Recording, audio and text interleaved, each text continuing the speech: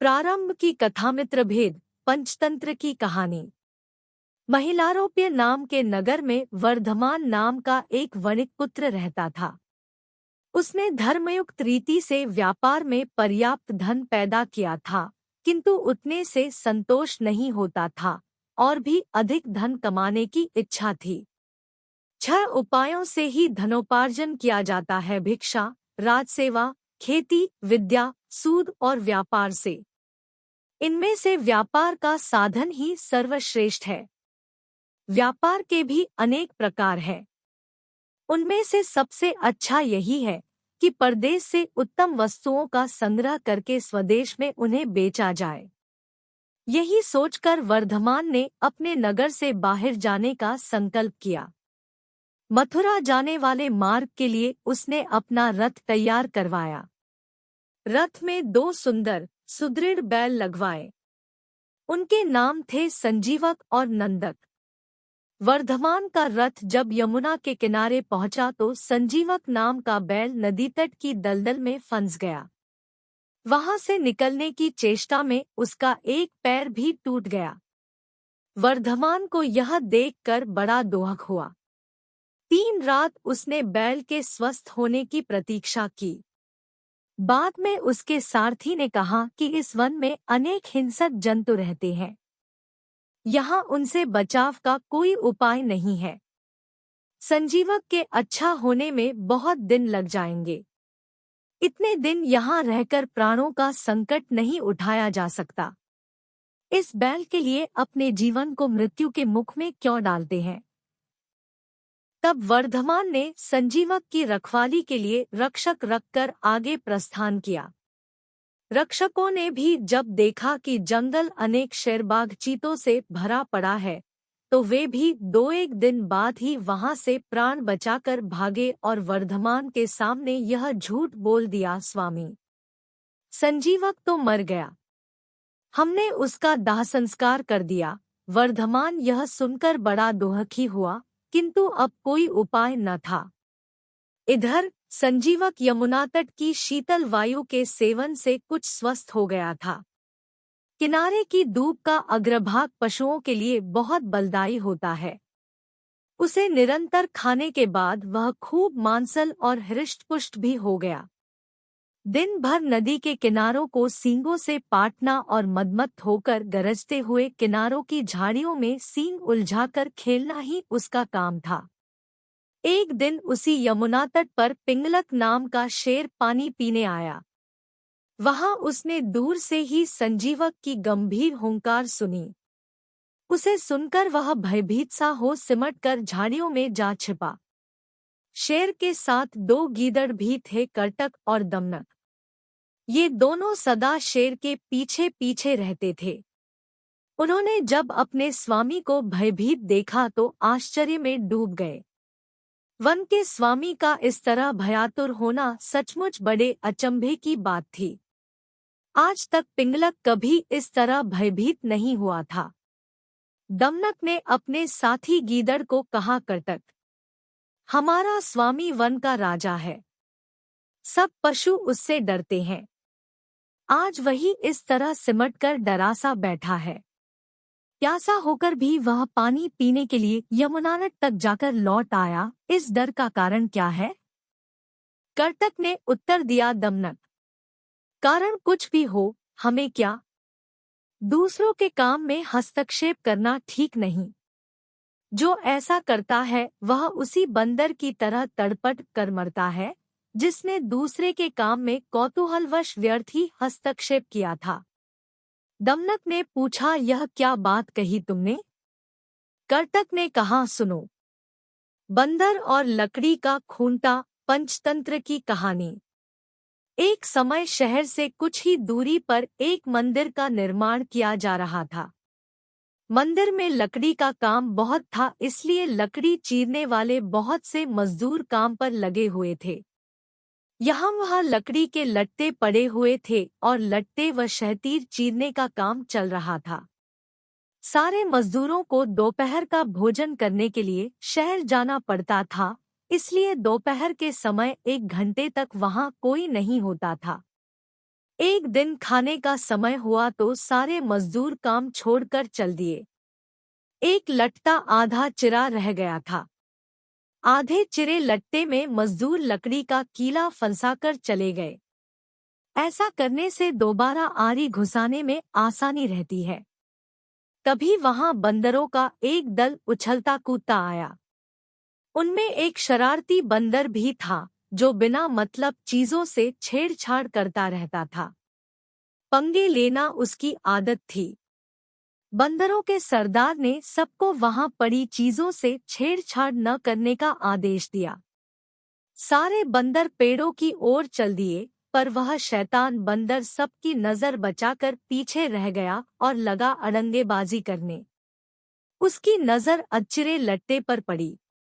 बस वह उसी पर पिल पड़ा और बीच में अड़ाए गए कीले को देखने लगा। फिर उसने पास पड़ी आरी को देखा। उसे उठाकर लकड़ी पर रगड़ने लगा। उससे किर्र किर्र की आवाज निकलने लगी तो उसने गुस्से से आरी पटक दी। उन बंदरों की भाषा में किर्र किर्र का अर्थ निखट्टू था। वह दोबारा लट्टे के बीच फंसे कीले को देखने लगा। उसके दिमाग में कौतूहल होने लगा कि इस कीले को लट्टे के बीच में से निकाल दिया जाए तो क्या होगा। अब वह कीले को पकड़कर उसे बाहर निकालने के लिए जोर आजमाइश करने लगा। लट्टे के बीच फंसाया गया कीला तो दो पाटों के बीच बहुत मजबूती से जकड़ा गया होता है, क्योंकि लट्टे के दो पाट बहुत मजबूत स्प्रिंग वाले क्लिप की तरह उसे दबाए रहते हैं। बंदर खूब जोर लगाकर उसे हिलाने की कोशिश करने लगा। कीला जोर लगाने पर हिलने व खिसकने लगा तो बंदर अपनी शक्ति पर खुश हो गया। वह और जोर से खौं खौं करता कीला सरकाने लगा।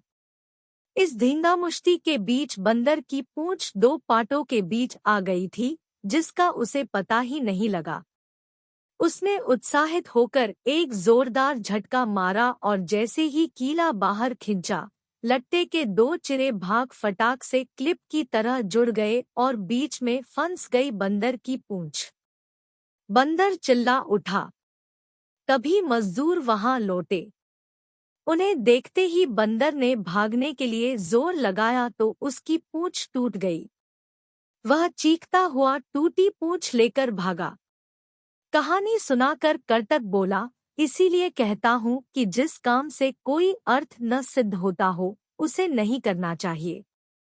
व्यर्थ का काम करने से जान भी जा सकती है। अरे अब भी पिंगलक जो शिकार करके लाता है उससे हमें भरपेट भोजन तो मिल ही जाता है। तब बेकार ही झंझट में पड़ने से क्या फायदा। दमनक बोला, तो तुम क्या केवल भोजन के लिए ही जीते हो? यह तो ठीक नहीं। अपना पेट कौन नहीं भर लेता। जीना तो उसका ही उचित है जिसके जीने से और भी अनेक लोगों का जीवन चलता हो।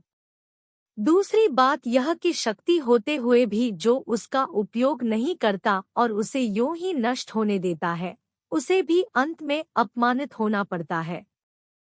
कर्तक ने कहा, लेकिन हम दोनों तो ऐसे भी मंत्री पद से च्युत हैं। फिर राजा के बारे में यह सब जानने की चेष्टा करने से क्या लाभ? ऐसी हालत में तो राजा से कुछ कहना भी अपनी हंसी उड़वाना ही होगा। व्यक्ति को अपनी वाणी का उपयोग भी वहीं करना चाहिए जहां उसके प्रयोग से किसी का कुछ लाभ हो। भाई, तुम ठीक नहीं समझते। राजा से दूर रहकर तो रईसी इज्जत भी गवा देंगे हम। जो राजा के समीप रहता है उसी पर राजा की निगाह भी रहती है, और राजा के पास होने से ही व्यक्ति असाधारण हो जाता है। कर्तक ने पूछा, तुम आखिर करना क्या चाहते हो? हमारा स्वामी पिंगलक आज भयभीत है। दमनक बोला, उसके सारे सहचर भी डरे से हैं। मैं उनके भय का कारण जानना चाहता हूँ। तुम्हें कैसे पता कि वे डरे हुए हैं? लो, यह भी कोई मुश्किल है। पिंगलक के हाव भाव, चाल ढाल, उसकी बातचीत, आंखों और चेहरे से ही स्पष्ट जान पड़ता है कि वह भयभीत है। मैं उसके पास जाकर उसके भय के कारण का पता करूंगा। फिर अपनी बुद्धि का प्रयोग करके उसका भय दूर कर दूंगा। इस तरह उसे वश में करके मैं फिर से अपना मंत्री पद प्राप्त करूंगा। कर्तक ने फिर भी शंका जताई, तुम इस विषय में तो कुछ जानते नहीं कि राजा की सेवा किस प्रकार करनी चाहिए। ऐसी स्थिति में उसे वश में कैसे कर लोगे? दमनक बोला, राजसेवा के बारे में मैं नहीं जानता, यह तुम कैसे कह सकते हो? बचपन में पिता के साथ रहकर मैंने सेवा, धर्म तथा राजनीति के विषय में जो कुछ भी सुना सब अच्छी तरह सीख लिया है। इस पृथ्वी में अपार स्वर्ण है, उसे तो बस शूरवीर, विद्वान तथा राजा के चतुर सेवक ही प्राप्त कर सकते हैं। कर्तक को फिर भी विश्वास नहीं आ रहा था। उसने कहा, मुझे यह बताओ कि तुम पिंगलक के पास जाकर कहोगे क्या? अभी से मैं क्या कहूँ?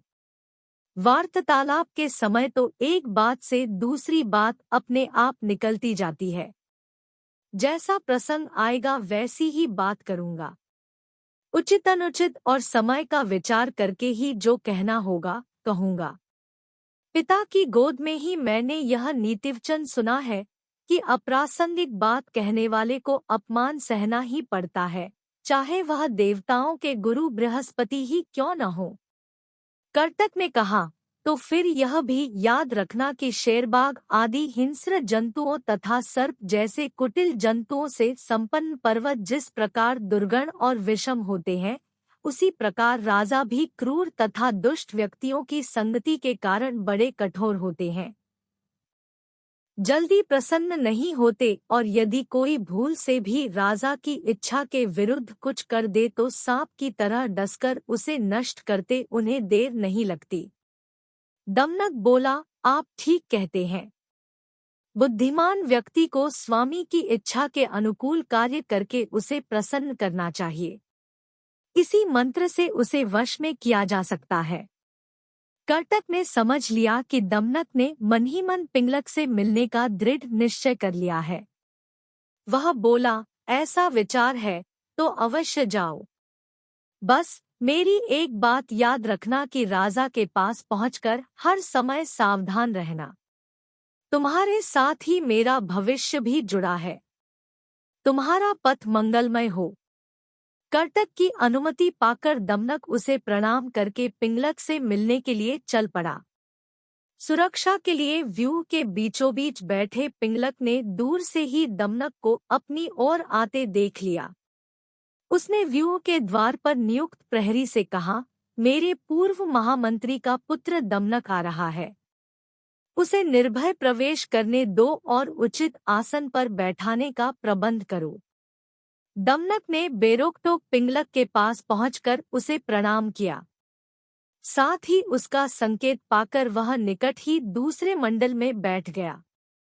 सिंहराज पिंगलक ने अपना भारी पंजा उठाकर स्नेह दिखाते हुए दमनक के कंधे पर रखा और आदर के साथ पूछा, कहो दमनक, कुशल से तो रहे? आज बहुत दिनों के बाद दिखाई पड़े। किधर से आ रहे हो? दमनक बोला, महाराज के चरणों में हमारा क्या प्रयोजन हो सकता है, किंतु समय के अनुसार राजाओं को भी उत्तम, मध्यम तथा अधमेहर कोटि के व्यक्ति से काम पड़ सकता है। ऐसे भी हम लोग महाराज के सदा से ही सेवक रहते आए हैं। दुर्भाग्य से हमें हमारा पद और अधिकार नहीं मिल पाया है, तो भी हम आपकी सेवा छोड़कर कहाँ जा सकते हैं। हम लाख छोटे और असमर्थ सही, किंतु कोई ऐसा भी अवसर आ सकता है जब महाराज हमारी ही सेवा लेने का विचार करें। पिंगलक उस समय उद्विग्न था। बोला, तुम छोटे बड़े या समर्थ असमर्थ की बात छोड़ो दमनक। तुम हमारे मंत्री के पुत्र हो, अतः तुम जो भी कहना चाहते हो निर्भय होकर कहो। अभयदान पाकर भी चालाक दमनक ने राजा के भय के विषय में सबके सामने बात करना ठीक नहीं समझा। उसने अपनी बात कहने के लिए एकांत का अनुरोध किया। पिंगलक ने अपने अनुचरों की ओर देखा। राजा की इच्छा समझकर आसपास के जीव जंतु हटकर दूर जा बैठे। एकांत होने पर दमनक ने बड़ी चतुराई से पिंगलक की दुखती रग ही छेड़ दी। बोला, स्वामी, आप तो यमुना तट पर पानी पीने जा रहे थे, फिर सहसा प्यासे ही लौटकर इस मंडल के बीच इस तरह चिंता से व्यग्र होकर क्यों बैठे हैं?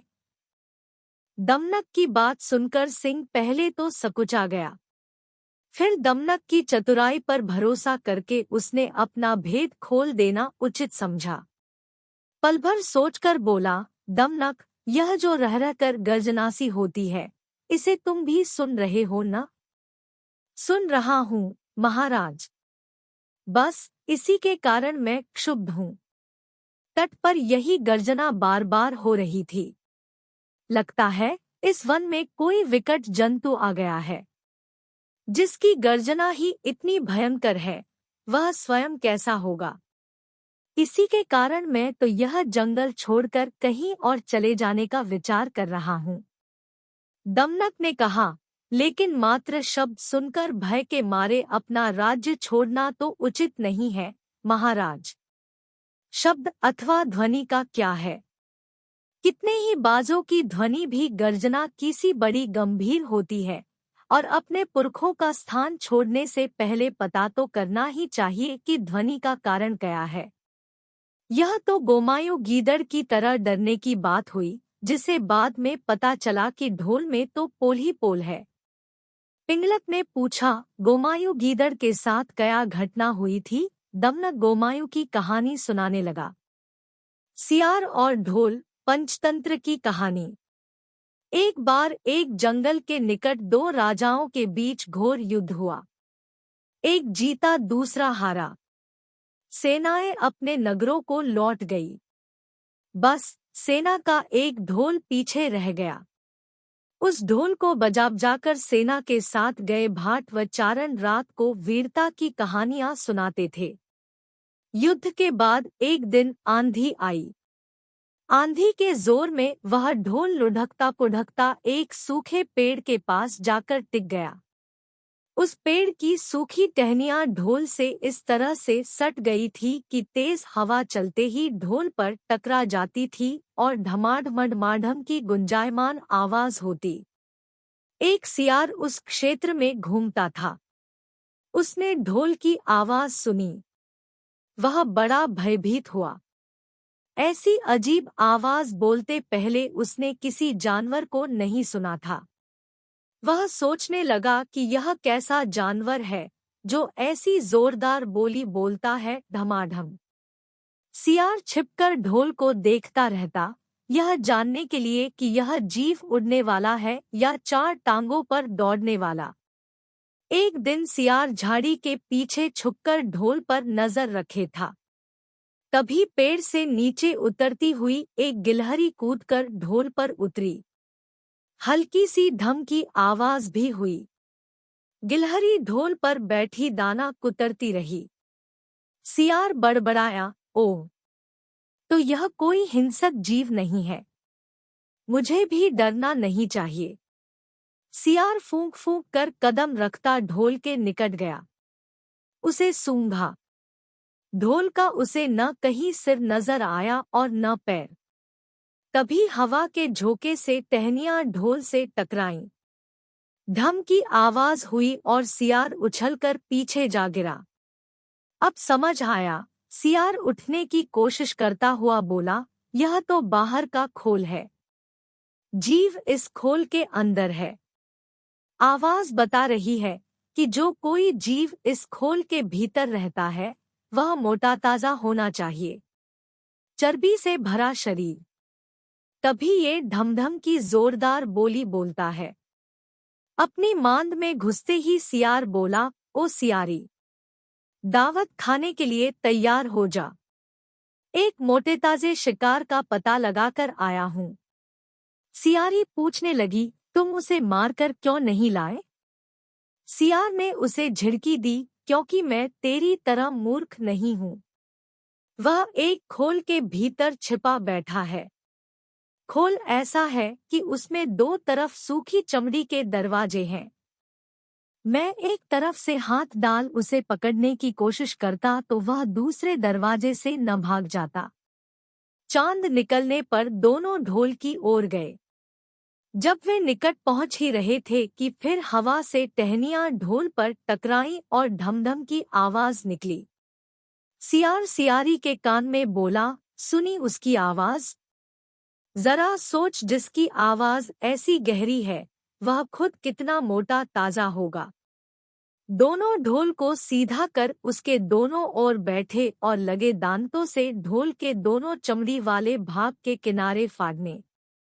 जैसे ही चमड़ियां कटने लगी, सियार बोला, होशियार रहना। एक साथ हाथ अंदर डाल शिकार को दबोचना है।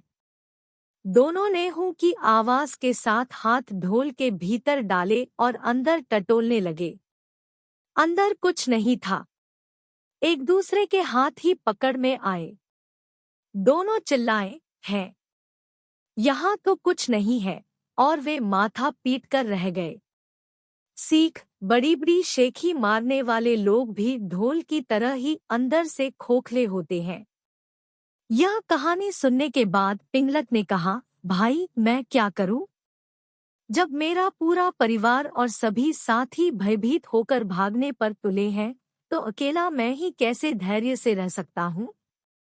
दमनक ने कहा, इसमें आपके सेवकों का क्या दोष है? जैसा मालिक करेगा वैसा ही सेवक करेंगे। तो भी आप तब तक यहाँ ठहरिए जब तक मैं उस आवाज के विषय में ठीक ठीक पता न लगा लूं। पिंगलक ने आश्चर्य से पूछा, क्या तुम वास्तव में वहां जाने की सोच रहे हो? दमनक ने जवाब दिया, स्वामी की आज्ञा से तो योग्य सेवक कोई भी काम कर सकता है, चाहे उसे सांप के मुंह में हाथ डालना पड़े या समुद्र ही पार करना पड़े। राजाओं को चाहिए कि ऐसे ही सेवक को सदा अपने निकट रखें। पिंगलक ने कहा, अगर ऐसी बात है तो जाओ, भद्रक, तुम्हारा मार्ग मंगलमय हो। दमनक उसको प्रणाम करके आवाज की दिशा में चल पड़ा। पिंगलक को पछतावा होने लगा कि मैंने बेकार ही दमनक की बातों में आकर उसे अपने मन का भेद बता दिया।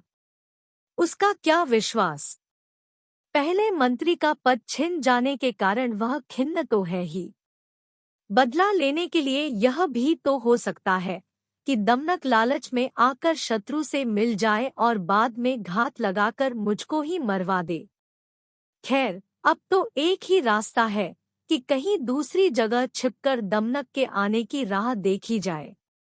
उधर दमनक खोजते खोजते संजीवक के पास पहुंचा तो उसकी खुशी का ठिकाना न रहा। जिसके डर से सिंह की जान निकल रही थी, वह तो यह मामूली सा बैल है। दमनक इस स्थिति से लाभ उठाने की सोचने लगा तो इस बैल से संधि या विग्रह कुछ भी करके पिंगलक को सहज ही अपने वश में किया जा सकता है। यही सोचता सोचता वह लौटकर पिंगलक के पास पहुंचा। पिंगलक उसे आते देख संभल कर बैठ गया। दमनक ने पिंगलक को प्रणाम किया। पिंगलक ने पूछा, तुमने उस भयंकर प्राणी को देखा क्या? दमनक ने कहा, आपकी कृपा से मैं उसे देख आया हूँ। पिंगलक को आश्चर्य हुआ, सच? पिंगलक ने अपनी झेप मिटाने के लिए कहा, तो फिर उस बलवान जंतु ने तुम्हें छोड़ कैसे दिया? शायद उसने इसीलिए तुमको छोड़ दिया होगा कि बलशाली लोग अपने समान बलवाले से ही बैर या मित्रता करते हैं। कहाँ वह महाबली और कहाँ तुम जैसा तुच्छ विनम्र प्राणी। दमनक ने मन का क्षोभ छिपाकर कहा, ऐसा ही सही। वह सचमुच महान है, बलशाली है और मैं एकदम क्षुद्र दीन प्राणी हूँ। तो भी यदि आप कहें तो मैं उसे भी लाकर आपकी सेवा में लगा सकता हूँ।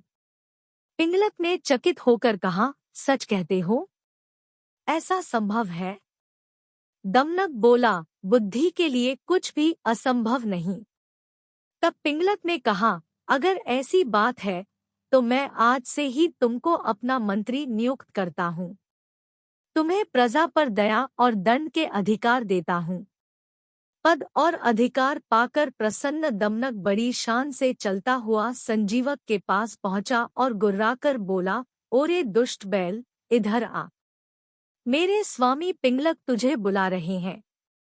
इस प्रकार निशंक होकर डकराने गर्जने की तुझे हिम्मत कैसे हुई? संजीवक ने पूछा, यह पिंगलक कौन है, भाई? दमनक ने जवाब दिया, अरे, तू क्या वनराज सिंह पिंगलक को नहीं जानता? अभी तुझे पता चल जाएगा। वह देख, बरगद के पेड़ के नीचे अपने परिवार के साथ जो सिंह बैठा है, वही हमारे स्वामी पिंगलक है। यह सुनकर संजीवक की कंपी छूट गई। वह कातर स्वर में बोला, भाई, तुम तो चतुर सुजान लगते हो। अपने स्वामी से मुझे माफ करवा दो तो मैं अभी तुम्हारे साथ चला चलता हूँ। दमनक ने कहा, बात तो ठीक है तुम्हारी। अच्छा, ठहरो, मैं अभी स्वामी से पूछ कर आता हूँ। वह पिंगलक के पास जाकर बोला, स्वामी, वह कोई मामूली जंतु नहीं है। वह तो भगवान शंकर का वाहन वृषभ है। मेरे पूछने पर उसने बताया कि भगवान शंकर के आदेश से वह नित्य यहाँ आकर यमुना तट पर हरी हरी घास चरता है और इस वन में घूमा करता है। पिंगलक भयभीत होकर बोला, यह सच ही होगा, क्योंकि भगवान की कृपा के बिना घास चरने वाला यह प्राणी सर्पों से भरे वन में इस तरह से डकराता हुआ निर्भय विचरण नहीं कर सकता। खैर, यह बता कि अब वह कहता क्या है? दमनक बोला, मैंने उससे कह दिया है कि यह वन भगवती दुर्गा के वाहन मेरे स्वामी पिंगलक सिंह के अधिकार में है, इसलिए उनके पास चलकर भाईचारे के साथ रहते हुए इस वन में सुख से चरो। मेरी बात सुनकर उसने आपसे मित्रता की याचना की है। पिंगलक बहुत खुश हुआ। वह प्रशंसा करते हुए बोला, मंत्रीवर, तुम धन्य हो। मैंने उसको अभयदान दिया, लेकिन तुम मुझे भी उससे अभयदान दिलाकर मेरे पास ले आओ। दमनक अपनी बुद्धि और भाग्य पर इतराता हुआ फिर संजीवक के पास पहुंचा। बोला, मित्र, मेरे स्वामी ने तुमको अभयदान दे दिया है। अब तुम निडर होकर मेरे साथ चलो, किंतु याद रहे कि राजा का साथ और कृपा पाने के बाद भी तुम हमसे उचित व्यवहार ही करना। कहीं घमंड में आकर मनमाना आचरण न कर बैठना। मैं समयानुकूल ही शासन करूंगा। मंत्री के पद पर तुम्हारे रहने से हम दोनों को राज्यलक्ष्मी का सुख मिलेगा। जो व्यक्ति अहंकार के कारण उत्तम, मध्यम और अधम व्यक्तियों का उचित सम्मान नहीं करते, वे राजा का सम्मान पाने के बाद भी दंतिल की तरह दुख भोगते हैं। संजीवक ने पूछा, यह दंतिल कौन था? दमनक कथा सुनाने लगा। संजीवक ने भी पिंगलक को नमस्कार किया और पास ही बैठ गया। पिंगलक ने संजीवक बैल के ऊपर अपना दाहिना हाथ रखते हुए पूछा, आप इस वन में कहाँ से आए हैं? यहाँ कुशल से तो रहते हैं? संजीवक ने अपनी सारी कथा उसको सुना दी। पिंगलक ने उसकी कथा सुनकर उससे कहा कि तुम निडर होकर मेरे द्वारा सुरक्षित इस वन में विचरण करो। इसके बाद पिंगलक ने अपने जंगल का राजकाज नए मंत्रियों कर्टक और दमनक को सौंप दिया और खुद संजीवक के साथ आनंद से रहने लगा। संजीवक ने कुछ दिनों में ही अपनी बुद्धि के प्रभाव से जंगली पिंगलक की हिंसक आदतें छुड़ाकर उसे ग्राम्य धर्म में लगा दिया। पिंगलक भी उसकी बातों में रुचि लेने लगा। उसकी हिंसा की वृत्ति समाप्त हो गई। वह अब हरिणों और दूसरे जानवरों को अपने नजदीक नहीं आने देता था। कर्टक और दमनक को भी दूर ही दूर रखता था। परिणाम यह हुआ कि सिंह के शिकार से बचे हुए भोजन से ही पेट भरने वाले छोटे छोटे जानवर भूख से व्याकुल हो गए। कर्टक, दमनक और दूसरे जानवर इस स्थिति पर चिंता करने लगे। वे सोचने लगे कि जब भगवान शंकर के गले में लिपटा हुआ सांप गणेश जी के वाहन चूहे को निगल जाना चाहता है, जब कार्तिकेय का वाहन मोर शंकर जी के सांप को खाना चाहता है, जब सांप को मारकर खाने वाले मोर को भी पार्वती का वाहन सिंह खाने की इच्छा रखता है, तब यह अहिंसा का नायक क्यों? दमनक ने कर्टक से कहा, अरे भाई, अब तो पिंगलक और संजीवक में ऐसी प्रगाढ़ मित्रता हो गई है कि पिंगलक हम लोगों से विमुख ही हो गया। हमारे कितने ही साथी भी भाग गए। हमें राजा को समझाना चाहिए। मंत्री का धर्म है कि वह ठीक समय पर राजा को समझाए। कर्तक ने कहा, तुमने ही तो यह आग लगाई है। तुम्ही ने इस घास चरने वाले जानवर को हमारे स्वामी का मित्र बनाया है। दमनक बोला, यह सच है। दोष तो मेरा ही है, पिंगलक का नहीं। किंतु मैंने जैसे उनकी मित्रता कराई थी, वैसे ही अब उनकी मित्रता को भंग भी करा दूंगा। कर्तक ने कहा, लेकिन संजीवक बैल होने पर भी बड़ा बुद्धिमान प्राणी है। उधर सिंह पिंगलक भी भयानक है। यह ठीक है कि तुम्हारी बुद्धि तेज है, फिर भी तुम इन दोनों को अब अलग करने में कैसे समर्थ हो पाओगे? दमनक ने कहा, भाई, असमर्थ होते हुए भी मैं समर्थ हूँ। जो काम पराक्रम से पूरा नहीं हो पाता उसे भी चतुर व्यक्ति युक्ति से पूरा कर सकते हैं। जैसे कौए ने सोने के सूत्र के सहारे विषधर काले सांप का अंत कर दिया था। कर्तक ने पूछा, वह कैसे हुआ था? दमनक कहने लगा, दुष्ट सर्प और कौवे, पंचतंत्र की कहानी। एक जंगल में एक बहुत पुराना बरगद का पेड़ था। उस पेड़ पर घोंसला बनाकर एक कौआ कव्वी का जोड़ा रहता था। उसी पेड़ के खोखले तने में कहीं से आकर एक दुष्ट सर्प रहने लगा। हर वर्ष मौसम आने पर कव्वी घोंसले में अंडे देती और दुष्ट सर्प मौका पाकर उनके घोंसले में जाकर अंडे खा जाता। एक बार जब कौआ व कव्वी जल्दी भोजन पाकर शीघ्र ही लौट आए तो उन्होंने उस दुष्ट सर्प को अपने घोंसले में रखे अंडों पर झपटते देखा। अंडे खाकर सर्प चला गया। कौए ने कव्वी को ढाढ़स बंधाया, प्रिय, हिम्मत रखो। अब हमें शत्रु का पता चल गया है, कुछ उपाय भी सोच लेंगे। कौए ने काफी सोचा विचारा और पहले वाले घोंसले को छोड़ उसे काफी ऊपर टहनी पर घोंसला बनाया और कव्वी से कहा, यहाँ हमारे अंडे सुरक्षित रहेंगे। हमारा घोंसला पेड़ की चोटी के किनारे निकट है और ऊपर आसमान में चील मंडराती रहती है। चील सांप की बैरी है। दुष्ट सर्प यहाँ तक आने का साहस नहीं कर पाएगा। कौवे की बात मानकर कौवी ने नए घोंसले में अंडे दिए, जिसमें अंडे सुरक्षित रहे और उनमें से बच्चे भी निकल आए। उधर सर्प उनका घोंसला खाली देखकर यह समझा कि उसके डर से कौआ कव्वी शायद वहां से चले गए हैं, पर दुष्ट सर्प तो लेता रहता था। उसने देखा कि कौआ कव्वी उसी पेड़ से उड़ते हैं और लौटते भी वही हैं। उसे यह समझते देर नहीं लगी कि उन्होंने नया घोंसला उसी पेड़ पर ऊपर बना रखा है। एक दिन सर्प खो से निकला और उसने कौओं का नया घोंसला खोज लिया। घोंसले में कौआ दंपति के 3 नवजात शिशु थे। दुष्ट सर्प उन्हें एक एक करके घपाघप निगल गया और अपने खो में लौटकर डकारे लेने लगा। कौआ व कव्वी लौटे तो घोंसला खाली पाकर सन्न रह गए। घोंसले में हुई टूट-फूट व नन्हे कौओं के कोमल पंख बिखरे देखकर वह सारा माजरा समझ गए। कव्वी की छाती तो दुख से फटने लगी। कव्वी बिलख उठी, तो क्या हर वर्ष मेरे बच्चे सांप का भोजन बनते रहेंगे? कौआ बोला, नहीं। यह माना कि हमारे सामने विकट समस्या है, पर यहाँ से भागना ही उसका हल नहीं है। विपत्ति के समय ही मित्र काम आते हैं। हमें लोमड़ी मित्र से सलाह लेनी चाहिए। दोनों तुरंत ही लोमड़ी के पास गए। लोमड़ी ने अपने मित्रों की दुख भरी कहानी सुनी। उसने कौआ तथा कव्वी के आंसू पोंछे। लोमड़ी ने काफी सोचने के बाद कहा, मित्रों, तुम्हें वह पेड़ छोड़कर जाने की जरूरत नहीं है।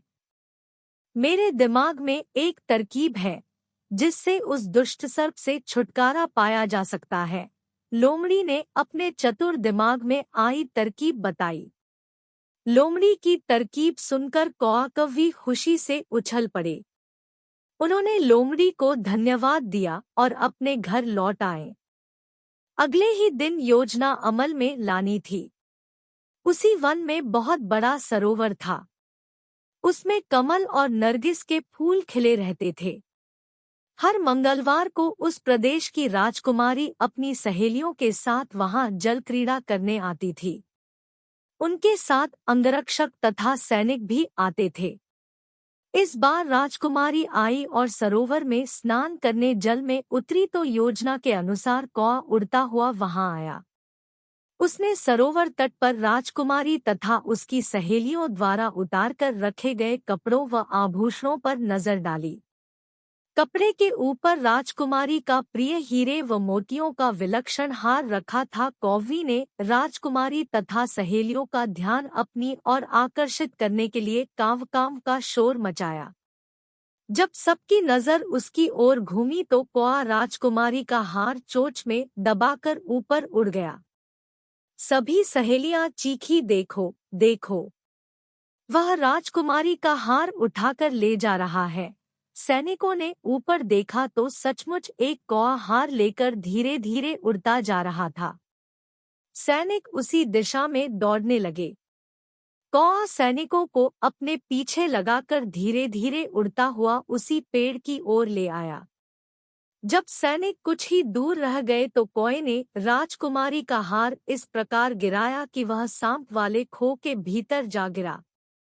सैनिक दौड़कर खो के पास पहुंचे। उनके सरदार ने खो के भीतर झांका। उसने वहां हार और उसके पास में ही एक काले सर्प को कुडनली मारे देखा। वह चिल्लाया, पीछे हटो, अंदर एक नाग है। सरदार ने खो के भीतर भाला मारा। सर्प घायल हुआ और फुफकारता हुआ बाहर निकला। जैसे ही वह बाहर आया, सैनिकों ने भालों से उसके टुकड़े टुकड़े कर डाले। सीख, सूझबूझ का उपयोग कर हम बड़ी से बड़ी ताकत और दुश्मन को हरा सकते हैं। बुद्धि का प्रयोग करके हर संकट का हल निकाला जा सकता है। मूर्ख साधु और ठग, पंचतंत्र की कहानी। एक बार की बात है, किसी गांव के मंदिर में देव शर्मा नाम का एक प्रतिष्ठित साधु रहता था। गांव में सभी लोग उनका सम्मान करते थे। उसे अपने भक्तों से दान में तरह तरह के वस्त्र, उपहार, खाद्य सामग्री और पैसे मिलते थे। उन वस्त्रों को बेचकर साधु ने काफी धन जमा कर लिया था। साधु कभी किसी पर विश्वास नहीं करता था और हमेशा अपने धन की सुरक्षा के लिए चिंतित रहता था। वह अपने धन को एक पोटली में रखता था और उसे हमेशा अपने साथ लेकर ही चलता था। उसी गांव में एक ठग रहता था। बहुत दिनों से उसकी नजर साधु के धन पर थी। ठग हमेशा साधु का पीछा किया करता था, लेकिन साधु उस गठरी को कभी अपने से अलग नहीं होने देता। आखिरकार उस ठग ने एक छात्र का वेश धारण किया और उस साधु के पास गया। उसने साधु से मिन्नत की कि वह उसे अपना शिष्य बना ले, क्योंकि वह ज्ञान प्राप्त करना चाहता था। साधु तैयार हो गया और इस तरह से वह ठग साधु के साथ ही मंदिर में रहने लगा। ठग मंदिर की साफ सफाई से लेकर अन्य सभी कार्य भी करता था और ठग ने साधु की खूब सेवा की और जल्दी ही उसका विश्वास पात्र बन गया। एक दिन साधु को पास के गांव में एक अनुष्ठान के लिए आमंत्रित किया गया। साधु ने वह आमंत्रण स्वीकार किया और निश्चित दिन साधु अपने शिष्य के साथ अनुष्ठान में भाग लेने के लिए निकल पड़ा। रास्ते में एक नदी पड़ी और साधु ने स्नान करने की इच्छा व्यक्त की। उसने पैसों की गठरी को एक कंबल के भीतर रखा और उसे नदी के किनारे रख दिया। उसने ठग से सामान की रखवाली करने को कहा और खुद नहाने चला गया। ठग को तो कब से इसी पल का इंतजार था। जैसे ही साधु नदी में डुबकी लगाने गया, वह रुपयों की गठरी लेकर चंपत हो गया। शिक्षा, किसी अजनबी की चिकनी चुपड़ी बातों में आकर ही उस पर विश्वास नहीं कर लेना चाहिए। लड़ते बकरे और सियार, पंचतंत्र की कहानी। एक दिन एक सियार किसी गांव से गुजर रहा था। उसने गांव के बाजार के पास लोगों की एक भीड़ देखी। कौतूहलवश वह सियार भीड़ के पास यह देखने गया कि क्या हो रहा है। सियार ने वहां देखा कि दो बकरे आपस में लड़ाई कर रहे थे। दोनों ही बकरे काफी तगड़े थे, इसलिए उनमें जबरदस्त लड़ाई हो रही थी। सभी लोग जोर जोर से चिल्ला रहे थे और तालियां बजा रहे थे। दोनों बकरे बुरी तरह से लहूलुहान हो चुके थे और सड़क पर भी खून बह रहा था। जब सियार ने इतना सारा ताज़ा खून देखा तो अपने आप को रोक नहीं पाया। वह तो बस उस ताज़े खून का स्वाद लेना चाहता था और बकरों पर अपना हाथ साफ करना चाहता था। सियार ने आव देखा न ताव और बकरों पर टूट पड़ा। लेकिन दोनों बकरे बहुत ताकतवर थे। उन्होंने सियार की जमकर धुनाई कर दी, जिससे सियार वहीं पर ढेर हो गया। सीख: लालच से प्रेरित होकर कोई भी अनावश्यक कदम नहीं उठाना चाहिए और कोई कदम उठाने से पहले भलीभांति सोच लेना चाहिए। बगुला भगत और केकड़ा, पंचतंत्र की कहानी। एक वन प्रदेश में एक बहुत बड़ा तालाब था।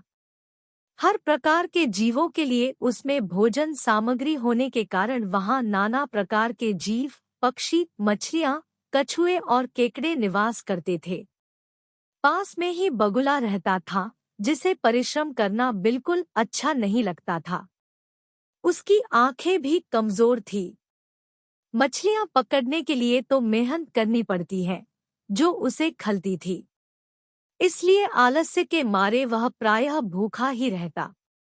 एक टांग पर खड़ा यही सोचता रहता कि क्या उपाय किया जाए कि बिना हाथ पैर हिलाए रोज भोजन मिले। एक दिन उसे एक उपाय सूझा तो वह उसे आजमाने बैठ गया।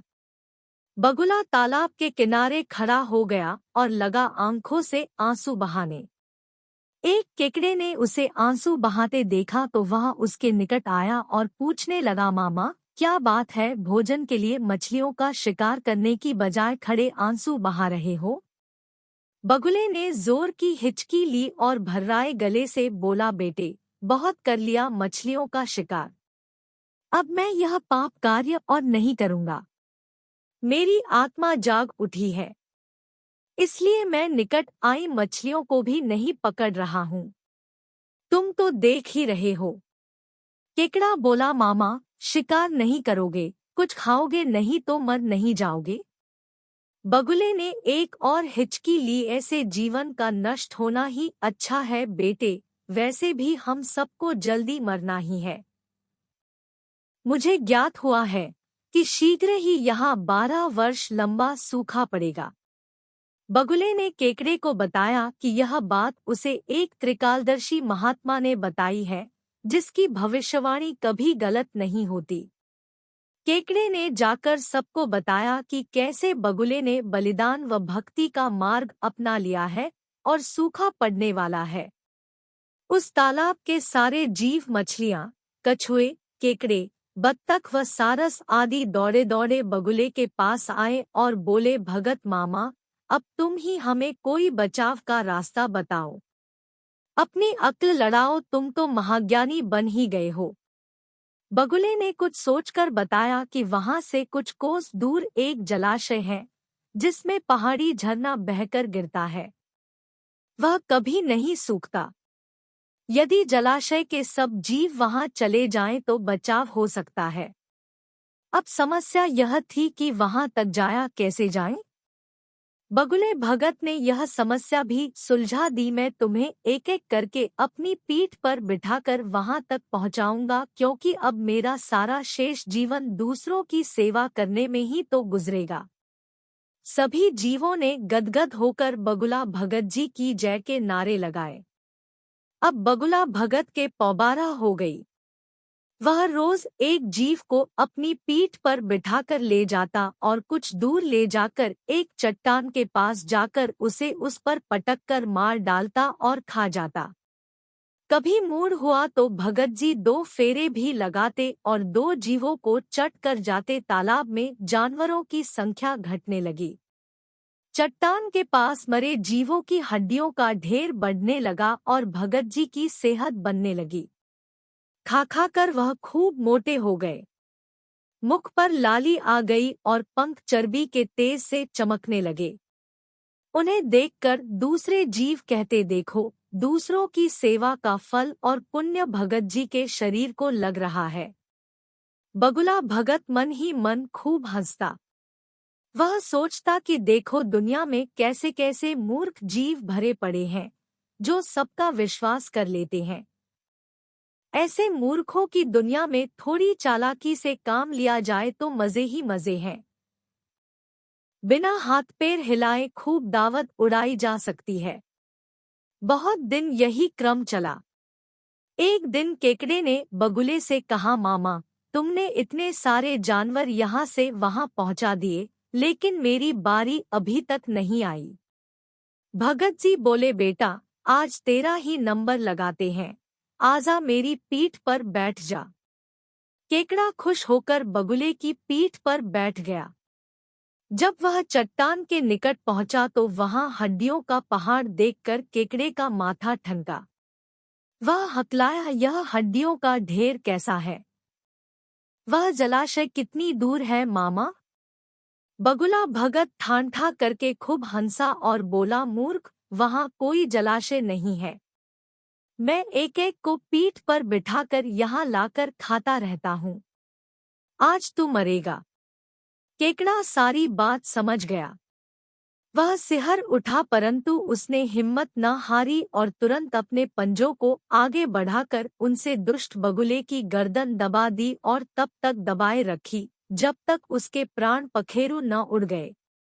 फिर केकड़ा बगुले भगत का कटा सिर लेकर तालाब पर लौटा और सारे जीवों को सच्चाई बता दी कि कैसे दुष्ट बगुला भगत उन्हें धोखा देता रहा। सीखा, किसी की भी बातों पर आंखें मूंदकर विश्वास नहीं करना चाहिए। मुसीबत में धीरज व बुद्धिमानी से कार्य करना चाहिए। चतुर खरगोश और शेर, पंचतंत्र की कहानी। किसी घने वन में एक बहुत बड़ा शेर रहता था। वह रोज शिकार पर निकलता और एक ही नहीं, दो नहीं, कई कई जानवरों का काम तमाम देता। जंगल के जानवर डरने लगे कि अगर शेर इसी तरह शिकार करता रहा तो एक दिन ऐसा आएगा कि जंगल में कोई भी जानवर नहीं बचेगा। सारे जंगल में सनसनी फैल गई। शेर को रोकने के लिए कोई न कोई उपाय करना जरूरी था। एक दिन जंगल के सारे जानवर इकट्ठा हुए और इस प्रश्न पर विचार करने लगे।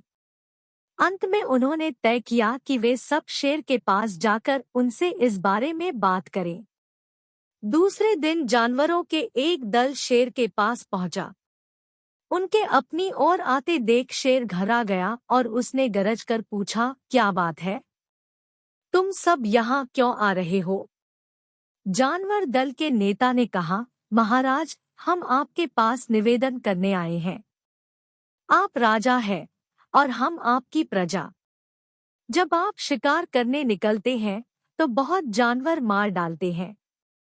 आप सबको खा भी नहीं पाते। इस तरह से हमारी संख्या कम होती जा रही है। अगर ऐसा ही होता रहा तो कुछ ही दिनों में जंगल में आपके सिवाय और कोई भी नहीं बचेगा। प्रजा के बिना राजा भी कैसे रह सकता है? यदि हम सभी मर जाएंगे तो आप भी राजा नहीं रहेंगे। हम चाहते हैं कि आप सदा हमारे राजा बने रहें। आपसे हमारी विनती है कि आप अपने घर पर ही रहा करें। हर रोज स्वयं आपके खाने के लिए एक जानवर भेज दिया करेंगे।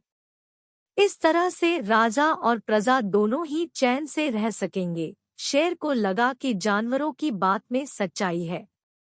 उसने पल भर सोचा, फिर बोला, अच्छी बात है, मैं तुम्हारे सुझाव को मान लेता हूँ। लेकिन याद रखना, अगर किसी भी दिन तुमने मेरे खाने के लिए पूरा भोजन नहीं भेजा तो मैं जितने जानवर चाहूँगा मार डालूंगा। जानवरों के पास तो और कोई चारा नहीं। इसलिए उन्होंने शेर की शर्त मान ली और अपने अपने घर चले गए। उस दिन से हर रोज शेर के खाने के लिए एक जानवर भेजा जाने लगा। इसके लिए जंगल में रहने वाले सब जानवरों में से एक एक जानवर बारी बारी से चुना जाता था। कुछ दिन बाद खरगोशों की बारी भी आ गई। शेर के भोजन के लिए एक नन्हे से खरगोश को चुना गया। वह खरगोश जितना छोटा था उतना ही चतुर भी था। उसने सोचा, बेकार में शेर के हाथों मरना मूर्खता है। अपनी जान बचाने का कोई न कोई उपाय अवश्य करना चाहिए और हो सके तो कोई ऐसी तरकीब ढूंढनी चाहिए जिससे सभी को इस मुसीबत से सदा के लिए छुटकारा मिल जाए। आखिर उसने एक तरकीब सोच ही निकाली। खरगोश धीरे धीरे आराम से शेर के घर की ओर चल पड़ा। जब वह शेर के पास पहुंचा तो बहुत देर हो चुकी थी। भूख के मारे शेर का बुरा हाल हो रहा था। जब उसने सिर्फ एक छोटे से खरगोश को अपनी ओर आते देखा तो गुस्से से बौखला उठा और गरजकर बोला, किसने तुम्हें भेजा है? एक तो पिद्दी जैसे हो, दूसरे इतनी देर से आ रहे हो। जिन बेवकूफों ने तुम्हें भेजा है मैं उन सबको ठीक करूंगा। एक एक का काम तमाम न किया तो मेरा नाम भी शेर नहीं। नन्हे खरगोश ने आदर से जमीन तक झुककर, महाराज, अगर आप कृपा करके मेरी बात सुन ले तो मुझे या और जानवरों को दोष नहीं देंगे। वे तो जानते थे कि एक छोटा सा खरगोश आपके भोजन के लिए पूरा नहीं पड़ेगा, इसलिए उन्होंने 6 खरगोश भेजे थे। लेकिन रास्ते में हमें एक और शेर मिल गया। उसने 5 खरगोशों को मारकर खा लिया। यह सुनते ही शेर दहाड़कर बोला, क्या कहा? दूसरा शेर? कौन है वह? तुमने उसे कहाँ देखा? महाराज, वह तो बहुत ही बड़ा शेर है, खरगोश ने कहा। वह जमीन के अंदर बनी एक बड़ी गुफा में से निकला था। वह तो मुझे ही मारने जा रहा था। पर मैंने उससे कहा, सरकार, आपको पता नहीं कि आपने क्या अंधेर कर दिया है। हम सब अपने महाराज के भोजन के लिए जा रहे थे, लेकिन आपने उनका सारा खाना खा लिया है। हमारे महाराज ऐसी बातें सहन नहीं करेंगे। वे जरूर ही यहाँ आकर आपको मार डालेंगे। इस पर उसने पूछा, कौन है तुम्हारा राजा? मैंने जवाब दिया, हमारा राजा जंगल का सबसे बड़ा शेर है। महाराज, मेरे ऐसा कहते ही वह गुस्से से लाल पीला होकर बोला, बेवकूफ, इस जंगल का राजा सिर्फ मैं हूँ। यहाँ सब जानवर मेरी प्रजा है। मैं उनके साथ जैसा चाहूँ वैसा कर सकता हूँ। जिस मूर्ख को तुम अपना राजा कहते हो उस चोर को मेरे सामने हाजिर करो। मैं उसे बताऊंगा कि असली राजा कौन है। महाराज, इतना कहकर उस शेर ने आपको लिवाने के लिए मुझे यहाँ भेज दिया। खरगोश की बात सुनकर शेर को बड़ा गुस्सा आया और वह बार बार गरजने लगा। उसकी भयानक गरज से सारा जंगल दहलने लगा। मुझे फौरन उस मूर्ख का पता बताओ, शेर ने दहाड़कर कहा। जब तक मैं उसे जान से न मार दूंगा मुझे चैन नहीं मिलेगा। बहुत अच्छा महाराज, खरगोश ने कहा, मौत ही उस दुष्ट की सजा है। अगर मैं और बड़ा और मजबूत होता तो मैं खुद ही उसके टुकड़े टुकड़े कर देता। चलो, रास्ता दिखाओ, शेर ने कहा। फौरन बताओ किधर चलना है। इधर आइए महाराज, इधर। खरगोश रास्ता दिखाते हुआ शेर को एक कुएं के पास ले गया और बोला, महाराज, वह दुष्ट शेर जमीन के नीचे किले में रहता है। जरा सावधान रहिएगा। किले में छुपा दुश्मन खतरनाक होता है। मैं उससे निपट लूंगा। शेर ने कहा, तुम यह बताओ कि वह है कहाँ? पहले जब मैंने उसे देखा था तब तो वह यहीं बाहर खड़ा था। लगता है आपको आता देखकर वह किले में घुस गया। आइए मैं आपको दिखाता हूँ। खरगोश ने कुएं के नजदीक आकर शेर से अंदर झांकने के लिए कहा।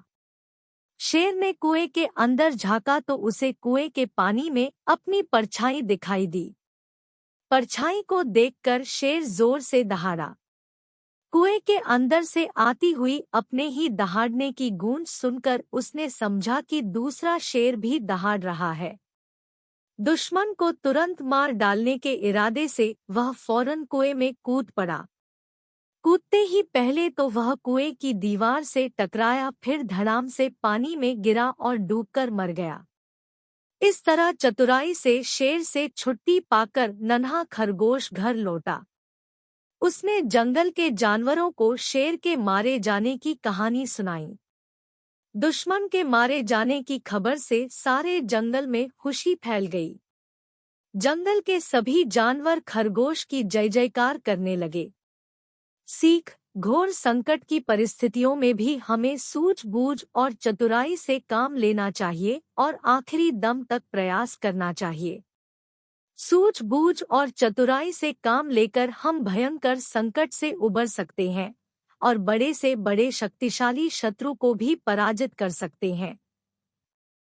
खटमल और बेचारी जू, पंचतंत्र की कहानी। एक राजा के शयनकक्ष में मंदरी सर्पिणी नाम की जू ने डेरा डाल रखा था। रोज रात को जब राजा जाता तो वह चुपके से बाहर निकलती और राजा का खून चूसकर फिर अपने स्थान पर जा छिपती। संयोग से एक दिन अग्निमुख नाम का एक खटमल भी राजा के शयनकक्ष में आ पहुंचा। जू ने जब उसे देखा तो वहां से चले जाने को कहा। उसने अपने अधिकार क्षेत्र में किसी अन्य का दखल सहन नहीं था। लेकिन खटमल भी कम चतुर न था। बोलो, देखो, मेहमान से इसी तरह बर्ताव नहीं किया जाता। मैं आज रात तुम्हारा मेहमान हूँ। जू अत्ता खटमल की चिकनी चुपड़ी बातों में आ गई और उसे शरण देते हुए बोली, ठीक है, तुम यहाँ रात भर रुक सकते हो, लेकिन राजा को काटोगे तो नहीं उसका खून चूसने के लिए। खटमल बोला, लेकिन मैं तुम्हारा मेहमान है, मुझे कुछ तो दोगी खाने के लिए। और राजा के खून से बढ़िया भोजन और क्या हो सकता है। ठीक है, जू बोली, तुम चुपचाप राजा का खून चूस लेना, उसे पीड़ा का आभास नहीं होना चाहिए। जैसा तुम कहोगी बिल्कुल वैसा ही होगा, कहकर खटमल शयनकक्ष में राजा के आने की प्रतीक्षा करने लगा।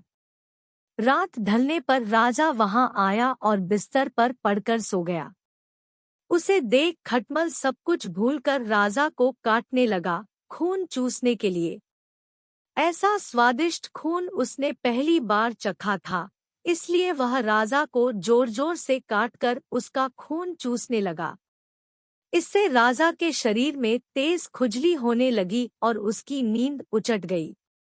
उसने क्रोध में भरकर अपने सेवकों से खटमल को ढूंढकर मारने को कहा।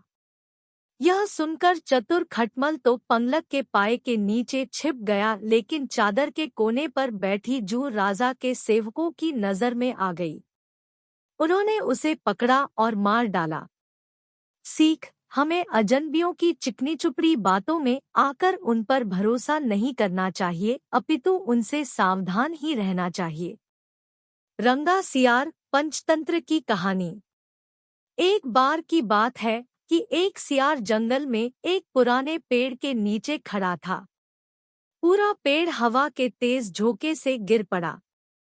सियार उसकी चपेट में आ गया और बुरी तरह घायल हो गया। वह किसी तरह घिसटता घिसटता अपनी मांद तक पहुंचा। कई दिन बाद वह मांद से बाहर आया। उसे भूख लग रही थी। शरीर कमजोर हो गया था, तभी उसे एक खरगोश नजर आया। उसे दबोचने के लिए वह झपटा। सियार कुछ दूर भागकर हांफने लगा। उसके शरीर में जान ही कहाँ रह गई थी। फिर उसने एक बटेर का पीछा करने की कोशिश की। यहाँ भी वह असफल रहा। हिरण का पीछा करने की तो उसकी हिम्मत भी न हुई। वह खड़ा सोचने लगा। शिकार वह कर नहीं पा रहा था।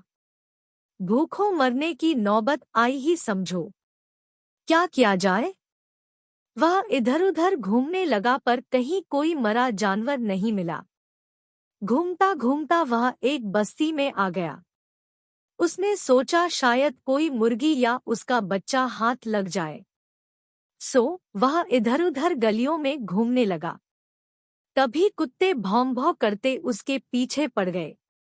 सियार को जान बचाने के लिए भागना पड़ा। गलियों में घुसकर उनको छकाने की कोशिश करने लगा, पर कुत्ते तो कस्बे की गली-गली से परिचित थे। सियार के पीछे पड़े कुत्तों की टोली बढ़ती जा रही थी और सियार के कमजोर शरीर का बल समाप्त होता जा रहा था। सियार भागता हुआ रंगरेजों की बस्ती में आ पहुंचा था। वहां उसे एक घर के सामने एक बड़ा ड्रम नजर आया। वह जान बचाने के लिए उसी ड्रम में कूद पड़ा। ड्रम में रंगरेज ने कपड़े रंगने के लिए रंग घोल रखा था। कुत्तों का टोला भौंकता चला गया। सियार सांस रोककर रंग में डूबा रहा। वह केवल सांस लेने के लिए अपनी थूथनी बाहर निकालता। जब उसे पूरा यकीन हो गया कि अब कोई खतरा नहीं है, तो वह बाहर निकला। वह रंग में भीग चुका था। जंगल में पहुंचकर उसने देखा कि उसके शरीर का सारा रंग हरा हो गया है।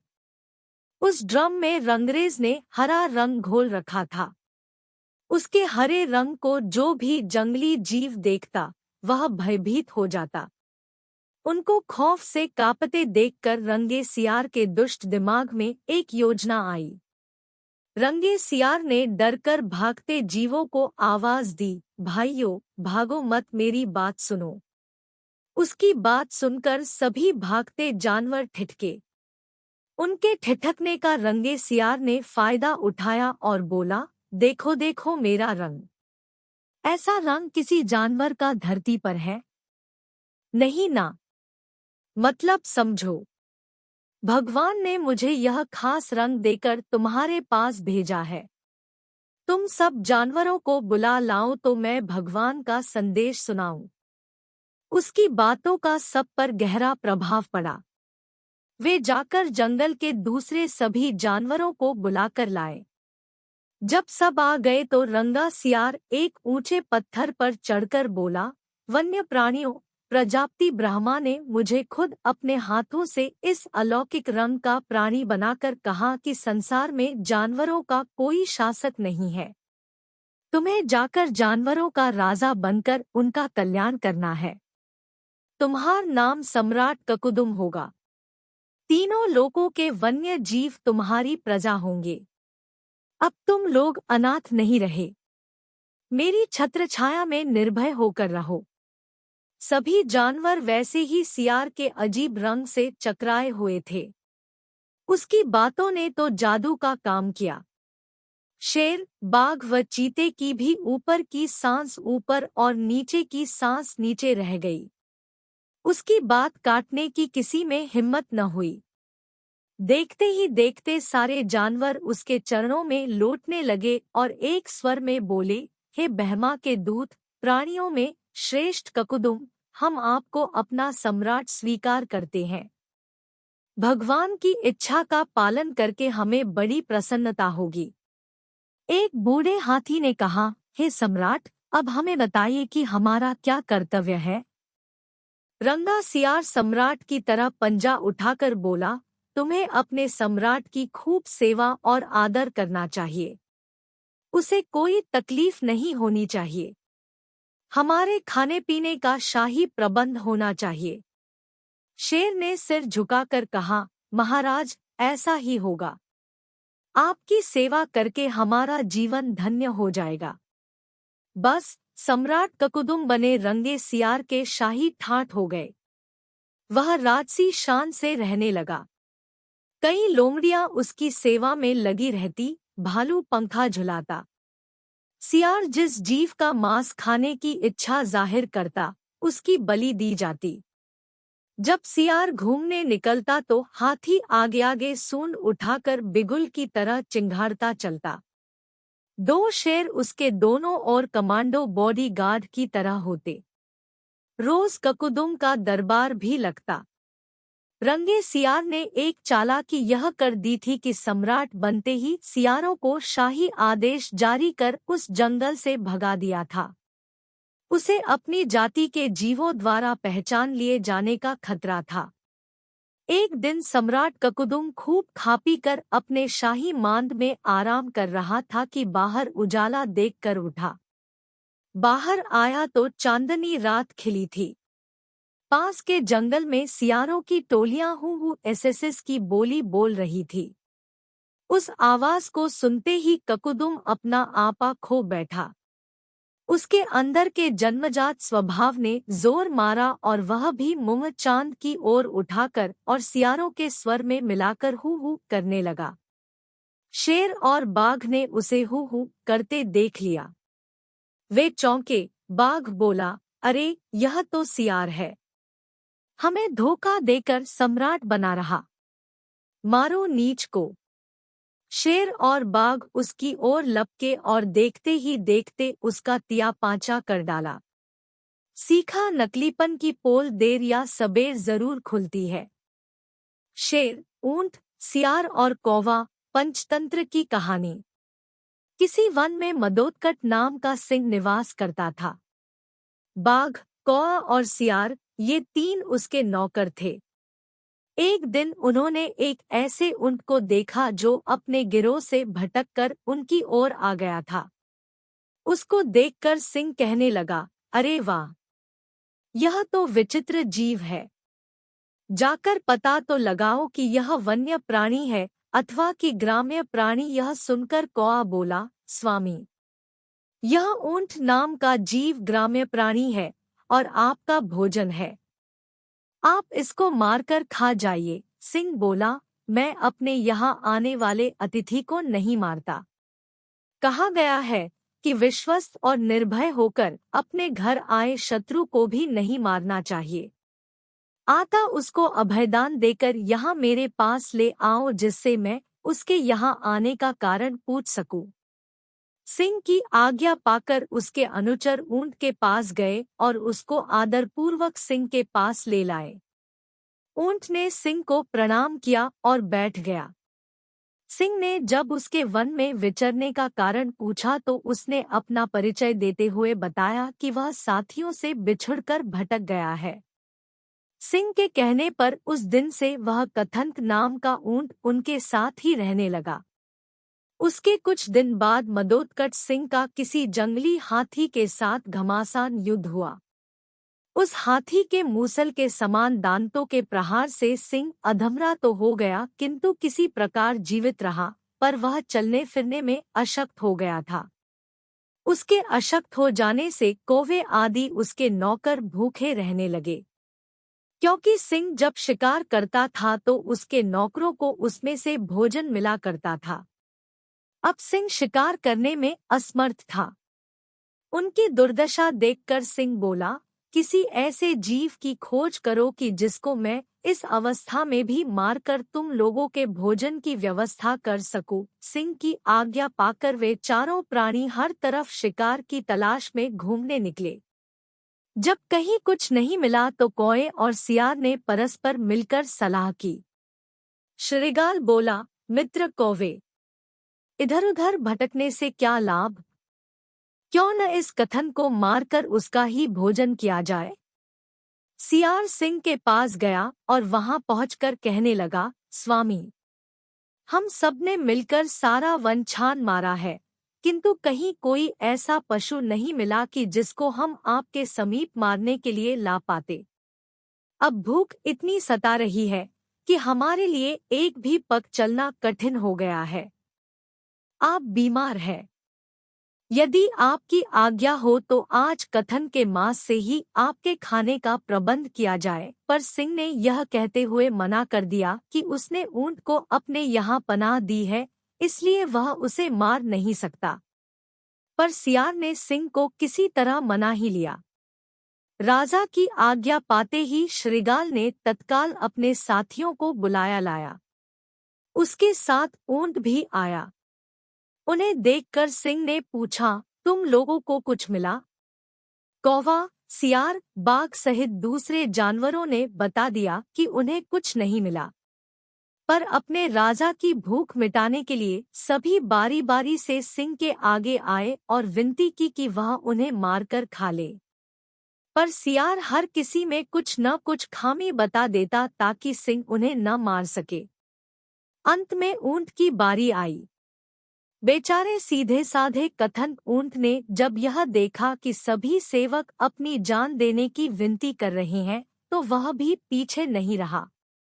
उसने सिंह को प्रणाम करके कहा, स्वामी, ये सभी आपके लिए अभक्ष है।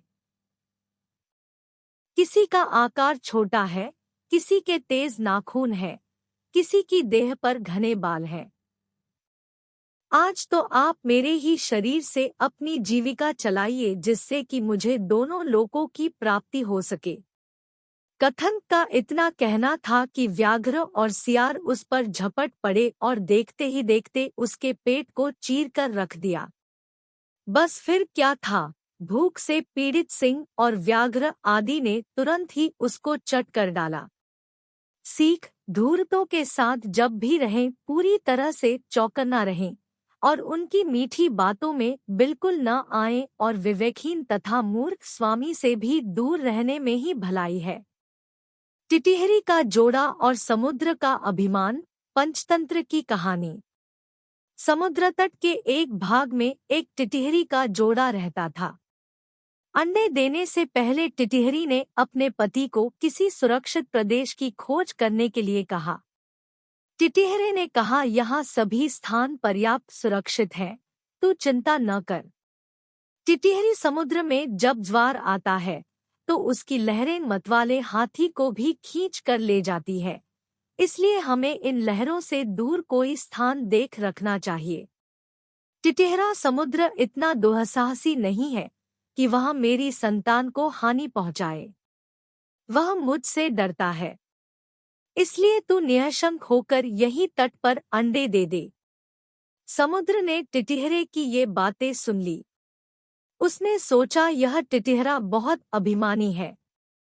आकाश की ओर टांगे करके भी यह इसीलिए सोता है कि इन टांगों पर गिरते हुए आकाश को थाम लेगा।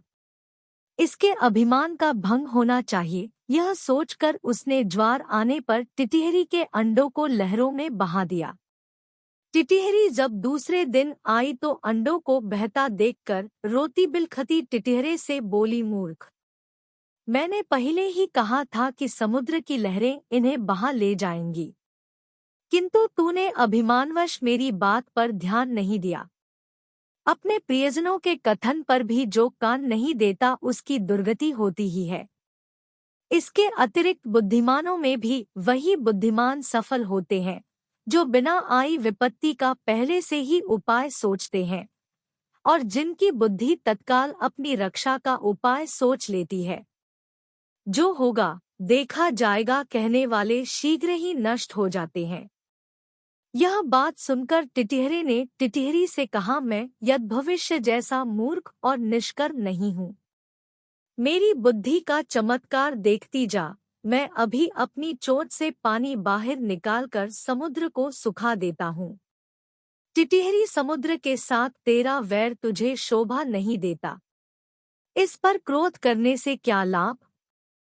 अपनी शक्ति देखकर हमें किसी से बैर करना चाहिए, नहीं तो आग में जलने वाले पतंगे जैसी गति होगी।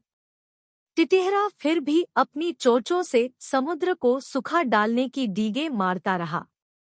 तब टिटिहरी ने फिर उसे मना करते हुए कहा कि जिस समुद्र को गंगा यमुना जैसी सैकड़ों नदियां निरंतर पानी से भर रही है, उसे तू अपने बूंदभर उठाने वाली चोंचों से कैसे खाली कर देगा? टिटिहरा तब भी अपने हठ पर तुला रहा। तब टिटिहरी ने कहा, यदि तूने समुद्र को सुखाने का हठ ही कर लिया है तो अन्य पक्षियों की भी सलाह लेकर काम कर। कई बार छोटे दो प्राणी मिलकर अपने से बहुत बड़े जीव को भी हरा देते हैं, जैसे चिड़िया, कटफोड़े और मेंढक ने मिलकर हाथी को मार दिया था। टिटिहरा, अच्छी बात है, मैं भी दूसरे पक्षियों की सहायता से समुद्र को सुखाने का यत्न करूंगा।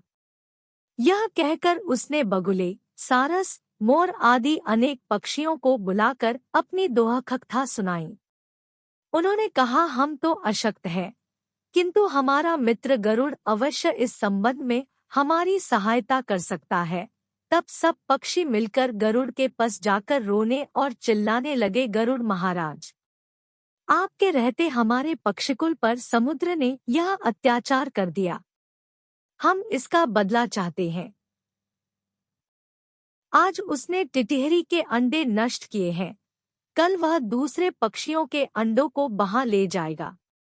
इस अत्याचार की रोकथाम होनी चाहिए, अन्यथा संपूर्ण पक्षिकुल नष्ट हो जाएगा। गरुड़ ने पक्षियों का रोना सुनकर उनकी सहायता करने का निश्चय किया। उसी समय उसके पास भगवान विष्णु का दूत आया। उस दूत द्वारा भगवान विष्णु ने उसे सवारी के लिए बुलाया था। गरुड़ ने दूत से क्रोधपूर्वक कहा कि वह विष्णु भगवान को कह दे कि वह दूसरी सवारी का प्रबंध कर ले। दूत ने गरुड़ के क्रोध का कारण पूछा तो गरुड़ ने समुद्र के अत्याचार की कथा सुनाई। दूत के मुख से गरुड़ के क्रोध की कहानी सुनकर भगवान विष्णु स्वयं गरुड़ के घर गए। वहां पहुंचने पर गरुड़ ने प्रणामपूर्वक विनम्र शब्दों में कहा, भगवान, आपके आश्रम का अभिमान करके समुद्र ने मेरे साथी पक्षियों के अंडों का अपहरण कर लिया है। इस तरह मुझे भी अपमानित किया है। मैं समुद्र से इस अपमान का बदला लेना चाहता हूँ। भगवान विष्णु बोले, गरुड़, तुम्हारा क्रोध युक्तियुक्त है। समुद्र को ऐसा काम नहीं करना चाहिए था। चलो, मैं अभी समुद्र से उन अंडों को वापस लेकर टिटहरी को दिलवा देता हूँ। उसके बाद हमें अमरावती जाना है। तब भगवान ने अपने धनुष पर आग्नेय बाण को चढ़ाकर समुद्र से कहा, दुष्ट, अभी उन सब अंडों को वापस दे दे, नहीं तो तुझे क्षण भर में सुखा दूंगा। भगवान विष्णु के भय से समुद्र ने उसी क्षण अंडे वापस दे दिए। सीख, अभिमान का सिर नीचा। मूर्ख बातूनी कछुआ, पंचतंत्र की कहानी। किसी तालाब में कम्बुग्रीव नामक एक कछुआ रहता था। तालाब के किनारे रहने वाले संकट और विकट नामक हंस से उसकी गहरी दोस्ती थी। तालाब के किनारे तीनों हर रोज खूब बातें करते और शाम होने पर अपने अपने घरों को चल देते। एक वर्ष उस प्रदेश में जरा भी बारिश नहीं हुई। धीरे धीरे वह तालाब भी सूखने लगा। अब हंसों को कछुए की चिंता होने लगी। जब उन्होंने अपनी चिंता कछुए से कही तो कछुए ने उन्हें चिंता न करने को कहा। उसने हंसों को एक युक्ति बताई। उसने उनसे कहा कि सबसे पहले किसी पानी से लबालब तालाब की खोज करे, फिर एक लकड़ी के टुकड़े से लटकाकर उसे उस तालाब में ले चले। उसकी बात सुनकर हंसों ने कहा कि वह तो ठीक है, पर उड़ान के दौरान उसे अपना मुंह बंद रखना होगा। कछुए ने उन्हें भरोसा दिलाया कि वह किसी भी हालत में अपना मुंह नहीं खोलेगा। कछुए ने लकड़ी के टुकड़े को अपने दांत से पकड़ा, फिर दोनों हंस उसे लेकर उड़ चले।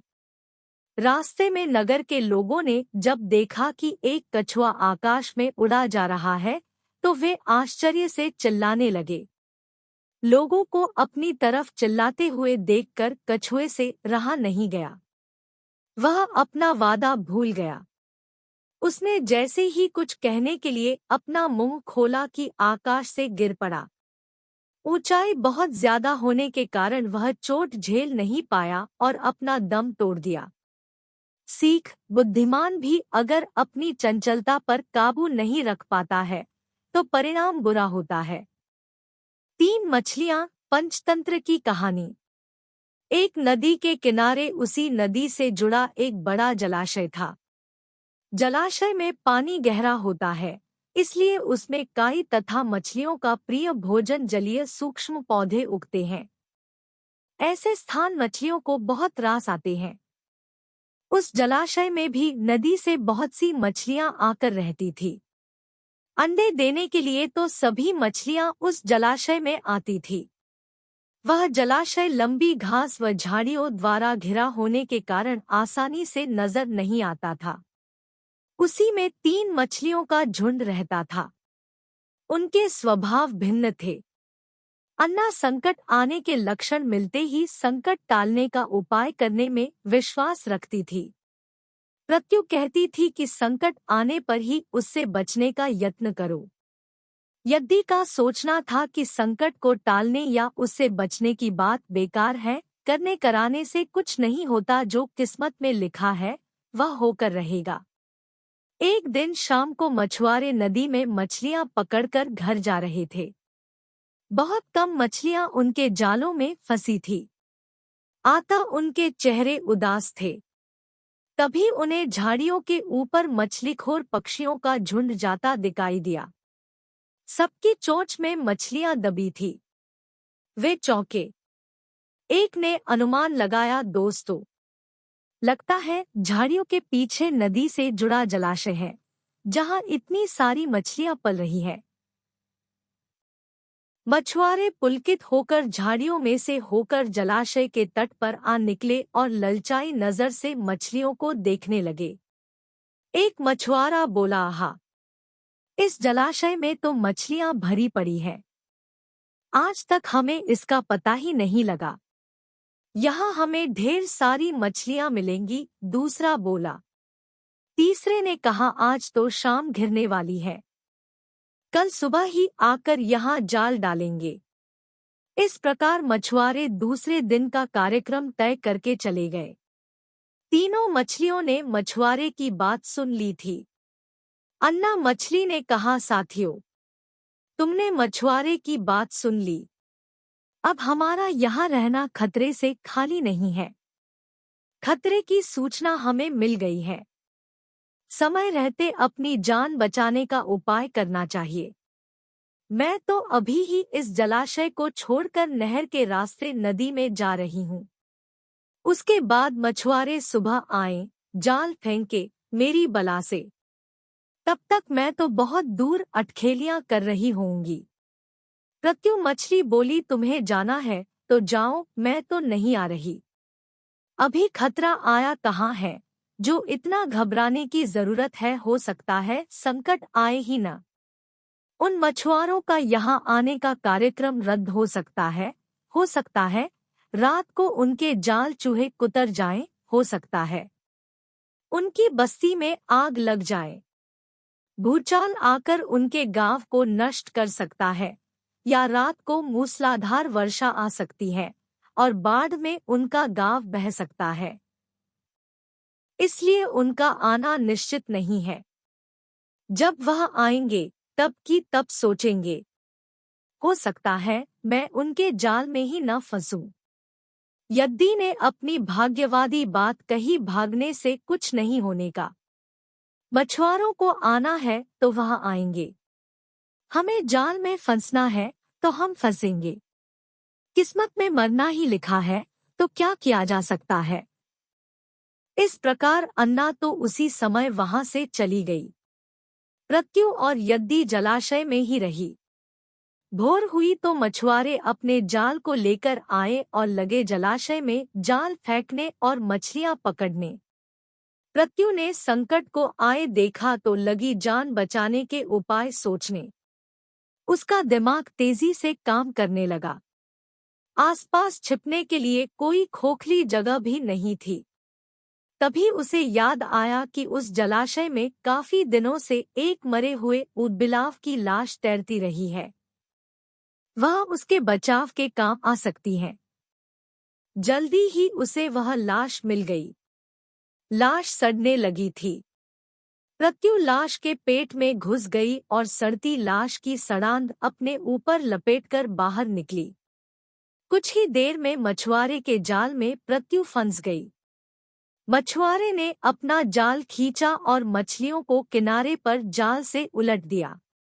बाकी मछलियां तो तड़पने लगी, परंतु प्रत्यु दम साधकर मरी हुई मछली की तरह पड़ी रही।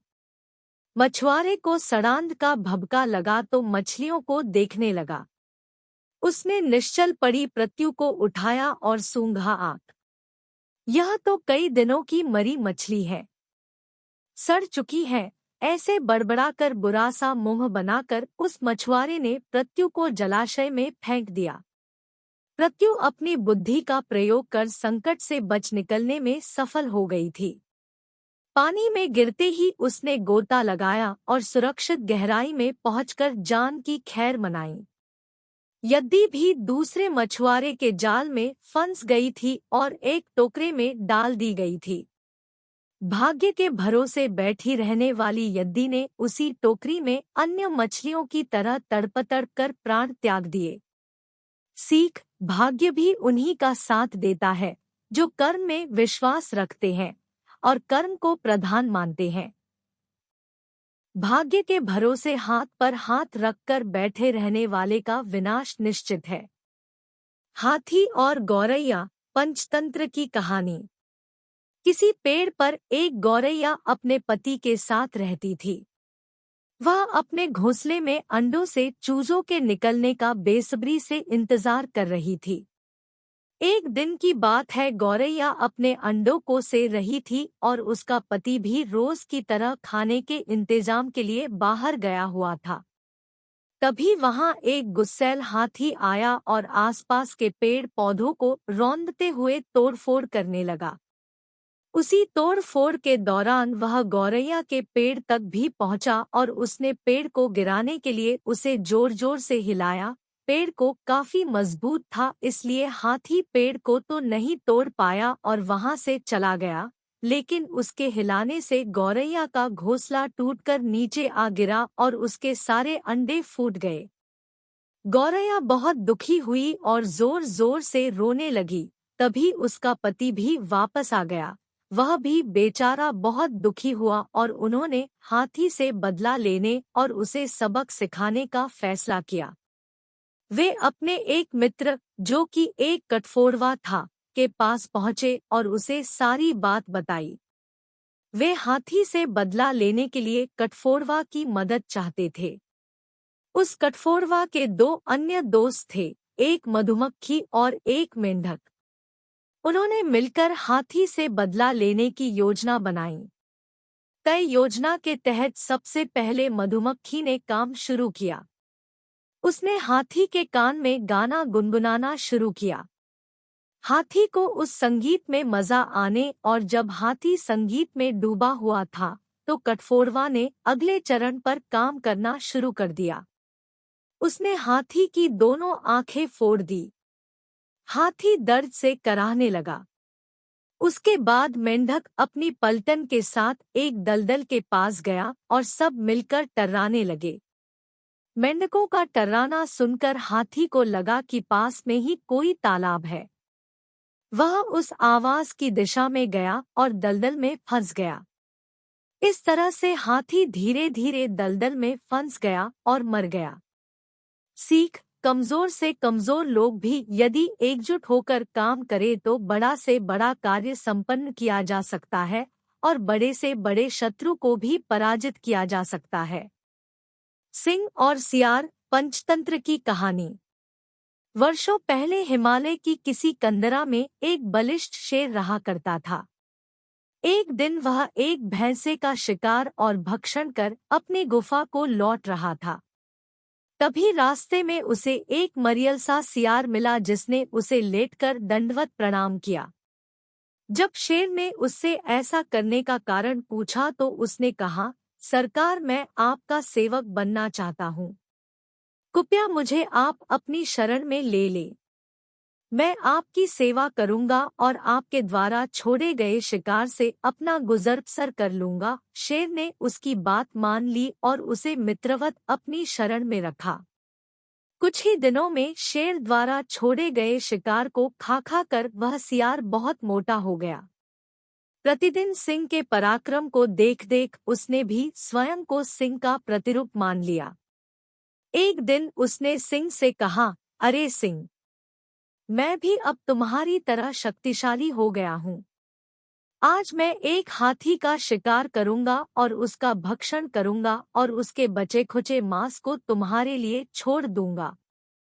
चूंकि सिंह उस सियार को मित्रवत देखता था, इसलिए उसने उसकी बातों का बुरा न मान उसे ऐसा करने से रोका। भ्रमजाल में फंसा वह दंभी सियार सिंह के परामर्श को अस्वीकार करता हुआ पहाड़ की चोटी पर जा खड़ा हुआ। वहां से उसने चारों ओर नजरें दौड़ाई तो पहाड़ के नीचे हाथियों के एक छोटे से समूह को देखा। फिर सिंहनाद की तरह 3 बार सियार की आवाजें लगाकर एक बड़े हाथी के ऊपर कूद पड़ा, किंतु हाथी के सिर के ऊपर न गिर, वह उसके पैरों पर जा गिरा और हाथी अपनी मस्तानी चाल से अपना अगला पैर उसके सिर के ऊपर रख आगे बढ़ गया। क्षण भर में सियार का सिर चकनाचूर हो गया और उसके प्राण पखेरु उड़ गए। पहाड़ के ऊपर से सियार की सारी हरकतें देखता हुआ सिंह ने तब यह गाथा कही, होते हैं जो मूर्ख और घमंडी होती है उनकी ऐसी ही गति। सीख, घमंड और मूर्खता का साथ बहुत गहरा होता है, इसलिए कभी भी जिंदगी में किसी भी समय घमंड नहीं करना चाहिए।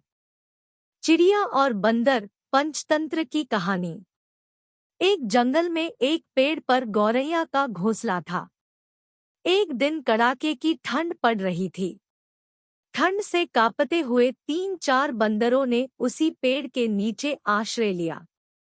एक बंदर बोला, कहीं से आग तापने को मिले तो ठंड दूर हो सकती है।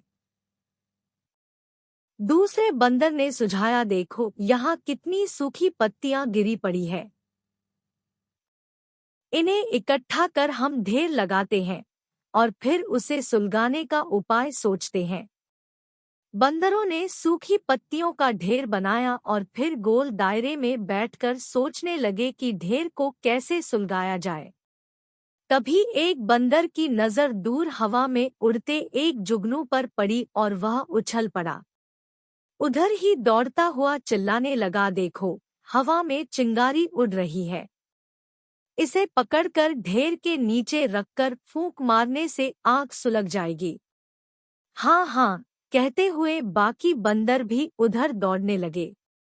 पेड़ पर अपने घोंसले में बैठी गौरैया यह सब देख रही थी। उससे चुप नहीं रहा गया। वह बोली, बंदर भाइयों, यह चिंगारी नहीं है, यह तो जुगनू है।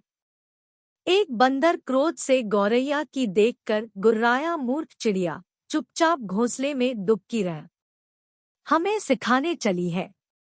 इस बीच एक बंदर उछलकर जुगनू को अपनी हथेलियों के बीच कटोरा बनाकर कैद करने में सफल हो गया। जुगनू को ढेर के नीचे रख दिया गया और सारे बंदर लगे चारों ओर से ढेर में फूंक मारने। गौरैया ने सलाह दी, भाइयों, आप लोग गलती कर रहे हैं, जुगनू से आग नहीं सुलगेगी। 2 पत्थरों को टकराकर उससे चिंगारी पैदा करके आग सुलगाइए। बंदरों ने गौरैया को घूरा। आग नहीं सुलगी तो गौरैया फिर बोल उठी, भाइयों, आप मेरी सलाह मानिए, कम से कम 2 सूखी लकड़ियों को आपस में रगड़कर देखिए। सारे बंदर आग न सुलगा पाने के कारण खींचे हुए थे। एक बंदर क्रोध से भरकर आगे बढ़ा और उसने गौरैया पकड़कर जोर से पेड़ के तने पर मारा। गौरैया फड़फड़ाती हुई नीचे गिरी और मर गई। सीख, एक, बिना मांगे किसी को भी सलाह नहीं देनी चाहिए, खासकर मूर्ख व्यक्ति को तो बिल्कुल भी नहीं। 2, मूर्खों को सीख या सलाह देने का कोई लाभ नहीं होता, उल्टे सीख देने वाले को ही पछताना पड़ता है। गौरैया और बंदर, पंचतंत्र की कहानी। किसी जंगल के एक घने वृक्ष की शाखाओं पर चिड़ाचिड़ी का एक जोड़ा रहता था। अपने घोंसले में दोनों बड़े सुख से रहते थे। सर्दियों का मौसम था। एक दिन हेमंत की ठंडी हवा चलने लगी और साथ में बूंदाबांदी भी शुरू हो गई। उस समय एक बंदर बर्फीली हवा और बरसात से ठिठुरता हुआ उस वृक्ष की शाखा पर आ बैठा। जाड़े के मारे उसके दांत कटकटा रहे थे। उसे देखकर चिड़िया ने कहा, अरे तुम कौन हो? देखने में तो तुम्हारा चेहरा आदमियों का सा है, हाथ पैर भी हैं तुम्हारे, फिर भी तुम यहाँ बैठे हो, घर बनाकर क्यों नहीं रहते? बंदर बोला, हरी, तुमसे चुप नहीं रहा जाना, तू अपना काम कर, मेरा उपहास क्यों करती है? चिड़िया फिर भी कुछ कहती गई। वह चिढ़ गया। क्रोध में आकर उसने चिड़िया के उस घोंसले को तोड़फोड़ डाला जिसमें चिड़ाचिड़ी सुख से रहते थे। सीख, हर किसी को उपदेश नहीं देना चाहिए। बुद्धिमान को दी हुई शिक्षा का ही फल होता है, मूर्ख को दी हुई शिक्षा का फल कई बार उल्टा निकल आता है। मित्रद्रोह का फल, पंचतंत्र की कहानी। दो मित्र धर्म बुद्धि और पाप बुद्धि हिम्मत नगर में रहते थे। एक बार पाप बुद्धि के मन में एक विचार आया कि क्यों न मैं मित्र धर्म बुद्धि के साथ दूसरे देश जाकर धनोपार्जन करूं। बाद में किसी न किसी युक्ति से उसका सारा धन हड़प कर सुखचैन से पूरी जिंदगी जीऊंगा। इसी नियति से पाप बुद्धि ने धर्म बुद्धि को धन और ज्ञान प्राप्त होने का लोभ देते हुए अपने साथ बाहर जाने के लिए राजी कर लिया। शुभ मुहूर्त देखकर दोनों मित्र एक अन्य शहर के लिए रवाना हुए। जाते समय अपने साथ बहुत सा माल लेकर गए तथा मुंह मांगे दामों पर बेचकर खूब धनोपार्जन किया। अंततः प्रसन्न मन से गांव की तरफ लौट गए। गांव के निकट पहुंचने पर पाप बुद्धि ने धर्म बुद्धि को कहा कि मेरे विचार से गांव में एक साथ सारा धन ले जाना उचित नहीं है। कुछ लोगों को हमसे ईर्ष्या होने लगेगी तो कुछ लोग कर्ज के रूप में पैसा मांगने लगेंगे। संभव है कि कोई चोर ही इसे चुरा ले। मेरे विचार से कुछ धन हमें जंगल में ही किसी सुरक्षित स्थान पर गाड़ देनी चाहिए, अन्यथा सारा धन देखकर सन्यासी व महात्माओं का मन भी डोल जाता है। सीधे साधे धर्म बुद्धि ने पुनः पाप बुद्धि के विचार में अपनी सहमति जताई। वहीं किसी सुरक्षित स्थान पर दोनों ने गड्ढे खोदकर अपना धन दबा दिया तथा घर की ओर प्रस्थान कर गए। बाद में मौका देखकर एक रात कुबुद्धि ने वहां गड़े सारे धन को चुपके से निकालकर हथिया लिया। कुछ दिनों के बाद धर्म बुद्धि ने पाप बुद्धि से कहा, भाई मुझे कुछ धन की आवश्यकता है, आता आप मेरे साथ चलिए। पाप बुद्धि तैयार हो गया। जब उसने धन निकालने के लिए गड्ढे को खोदा तो वहां कुछ भी नहीं मिला। पाप बुद्धि ने तुरंत रोने चिल्लाने का अभिनय किया। उसने धर्म बुद्धि पर धन निकाल लेने का इल्जाम लगा दिया। दोनों लड़ने झगड़ते न्यायाधीश के पास पहुंचे। न्यायाधीश के सम्मुख दोनों ने अपना अपना पक्ष प्रस्तुत किया। न्यायाधीश ने सत्य का पता लगाने के लिए दिव्य परीक्षा का आदेश दिया। दोनों को बारी बारी से अपने हाथ जलती हुई आग में डालने थे। पाप बुद्धि ने इसका विरोध किया। उसने कहा कि वन देवता गवाही देंगे। न्यायाधीश ने यह मान लिया। पाप बुद्धि ने अपने बाप को एक सूखे हुए पेड़ के खोखले में बैठा दिया। न्यायाधीश ने पूछा तो आवाज आई कि चोरी धर्म बुद्धि ने की है। तभी धर्म बुद्धि ने पेड़ के नीचे आग लगा दी। पेड़ जलने लगा और उसके साथ ही पाप बुद्धि का बाप भी। वो बुरी तरह रोने चिल्लाने लगा। थोड़ी देर में पाप बुद्धि का पिता आग से झुलसा हुआ उस वृक्ष की जड़ में से निकला। उसने वनदेवता की साक्षी का सच्चा भेद प्रकट कर दिया। न्यायाधीश ने पाप बुद्धि को मौत की सजा दी और धर्म बुद्धि को उसका पूरा धन दिलवाया। सीख, मनुष्य का यह धर्म है कि वह उपाय की चिंता के साथ अपाय की भी चिंता करे। मूर्ख बगुला और नेवला, पंचतंत्र की कहानी। जंगल के एक बड़े वटवृक्ष की खोल में बहुत से बगुले रहते थे। उसी वृक्ष की जड़ में एक सांप भी रहता था। वह बगलों के छोटे छोटे बच्चों को खा जाता था। एक बगुला सांप द्वारा बार बार बच्चों के खाए जाने पर बहुत दुखी और विरक्त सा होकर नदी के किनारे आ बैठा। उसकी आंखों में आंसू भरे हुए थे। उसे इस प्रकार दुखमग्न देखकर एक केकड़े ने पानी से निकलकर उसे कहा, मामा क्या बात है, आज रो क्यों रहे हो? बगुले ने कहा, भैया बात यह है कि मेरे बच्चों को सांप बार बार खा जाता है। कुछ उपाय नहीं सूझता किस प्रकार सांप का नाश किया जाए। तुम ही कोई उपाय बताओ। केकड़े ने मन में सोचा, यह बगला मेरा जन्मवैरी है, इसे ऐसा उपाय बताऊंगा जिससे सांप के नाश के साथ साथ इसका भी नाश हो जाए। यह सोचकर वह बोला, मामा, एक काम करो, मांस के कुछ टुकड़े लेकर नेवले के बिल के सामने डाल दो।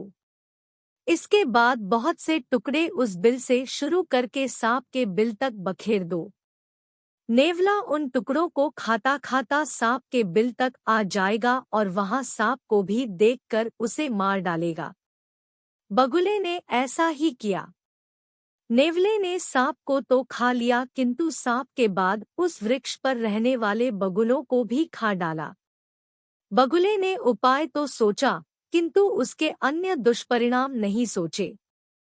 अपनी मूर्खता का फल उसे मिल गया। सीख, करने से पहले सोचो। जैसे को तैसा, पंचतंत्र की कहानी। एक स्थान पर जीर्णधन नाम का बनिए का लड़का रहता था। धन की खोज में उसने परदेश जाने का विचार किया। उसके घर में विशेष संपत्ति तो थी नहीं, केवल एक मन भर भारी लोहे की तराजू थी। उसे एक महाजन के पास धरोहर रखकर वह विदेश चला गया।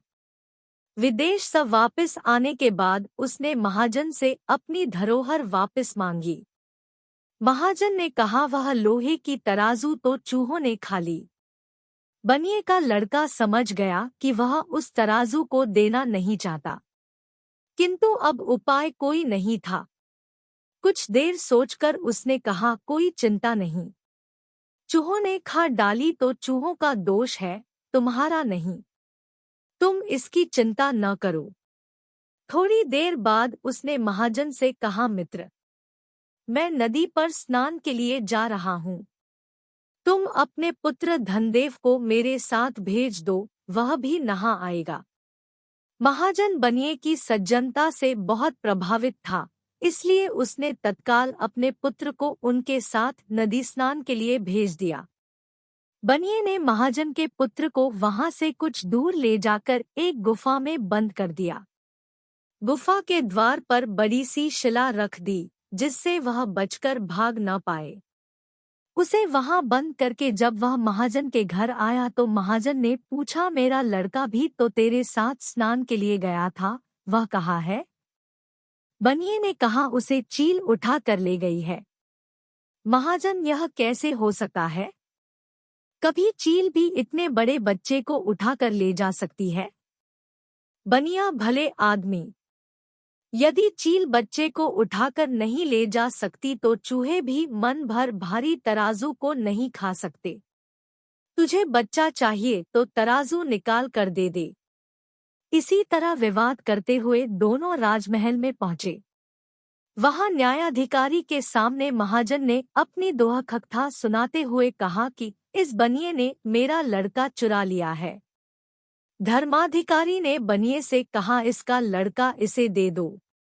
बनिया बोल, महाराज, उसे तो चील उठा ले गई है। धर्माधिकारी, क्या कभी चील भी बच्चे को उठा ले जा सकती है? बनिया, प्रभु, यदि मन भर भारी तराजू को चूहे खा सकते हैं तो चील भी बच्चे को उठाकर ले जा सकती है। धर्माधिकारी के प्रश्न पर बनिए ने अपनी तराजू का सब वृत्तांत कह सुनाया।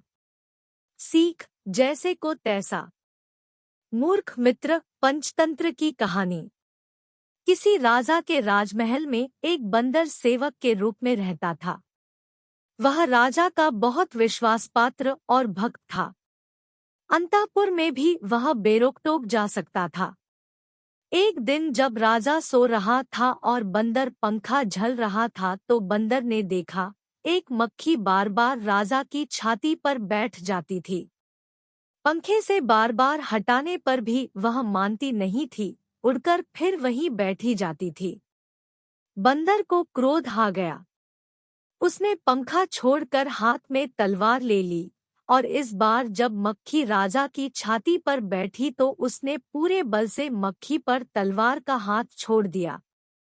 मक्खी तो उड़ गई, किंतु राजा की छाती तलवार की चोट से दो टुकड़े हो गई। राजा मर गया। मूर्ख मित्र की अपेक्षा विद्वान शत्रु ज्यादा अच्छा होता है।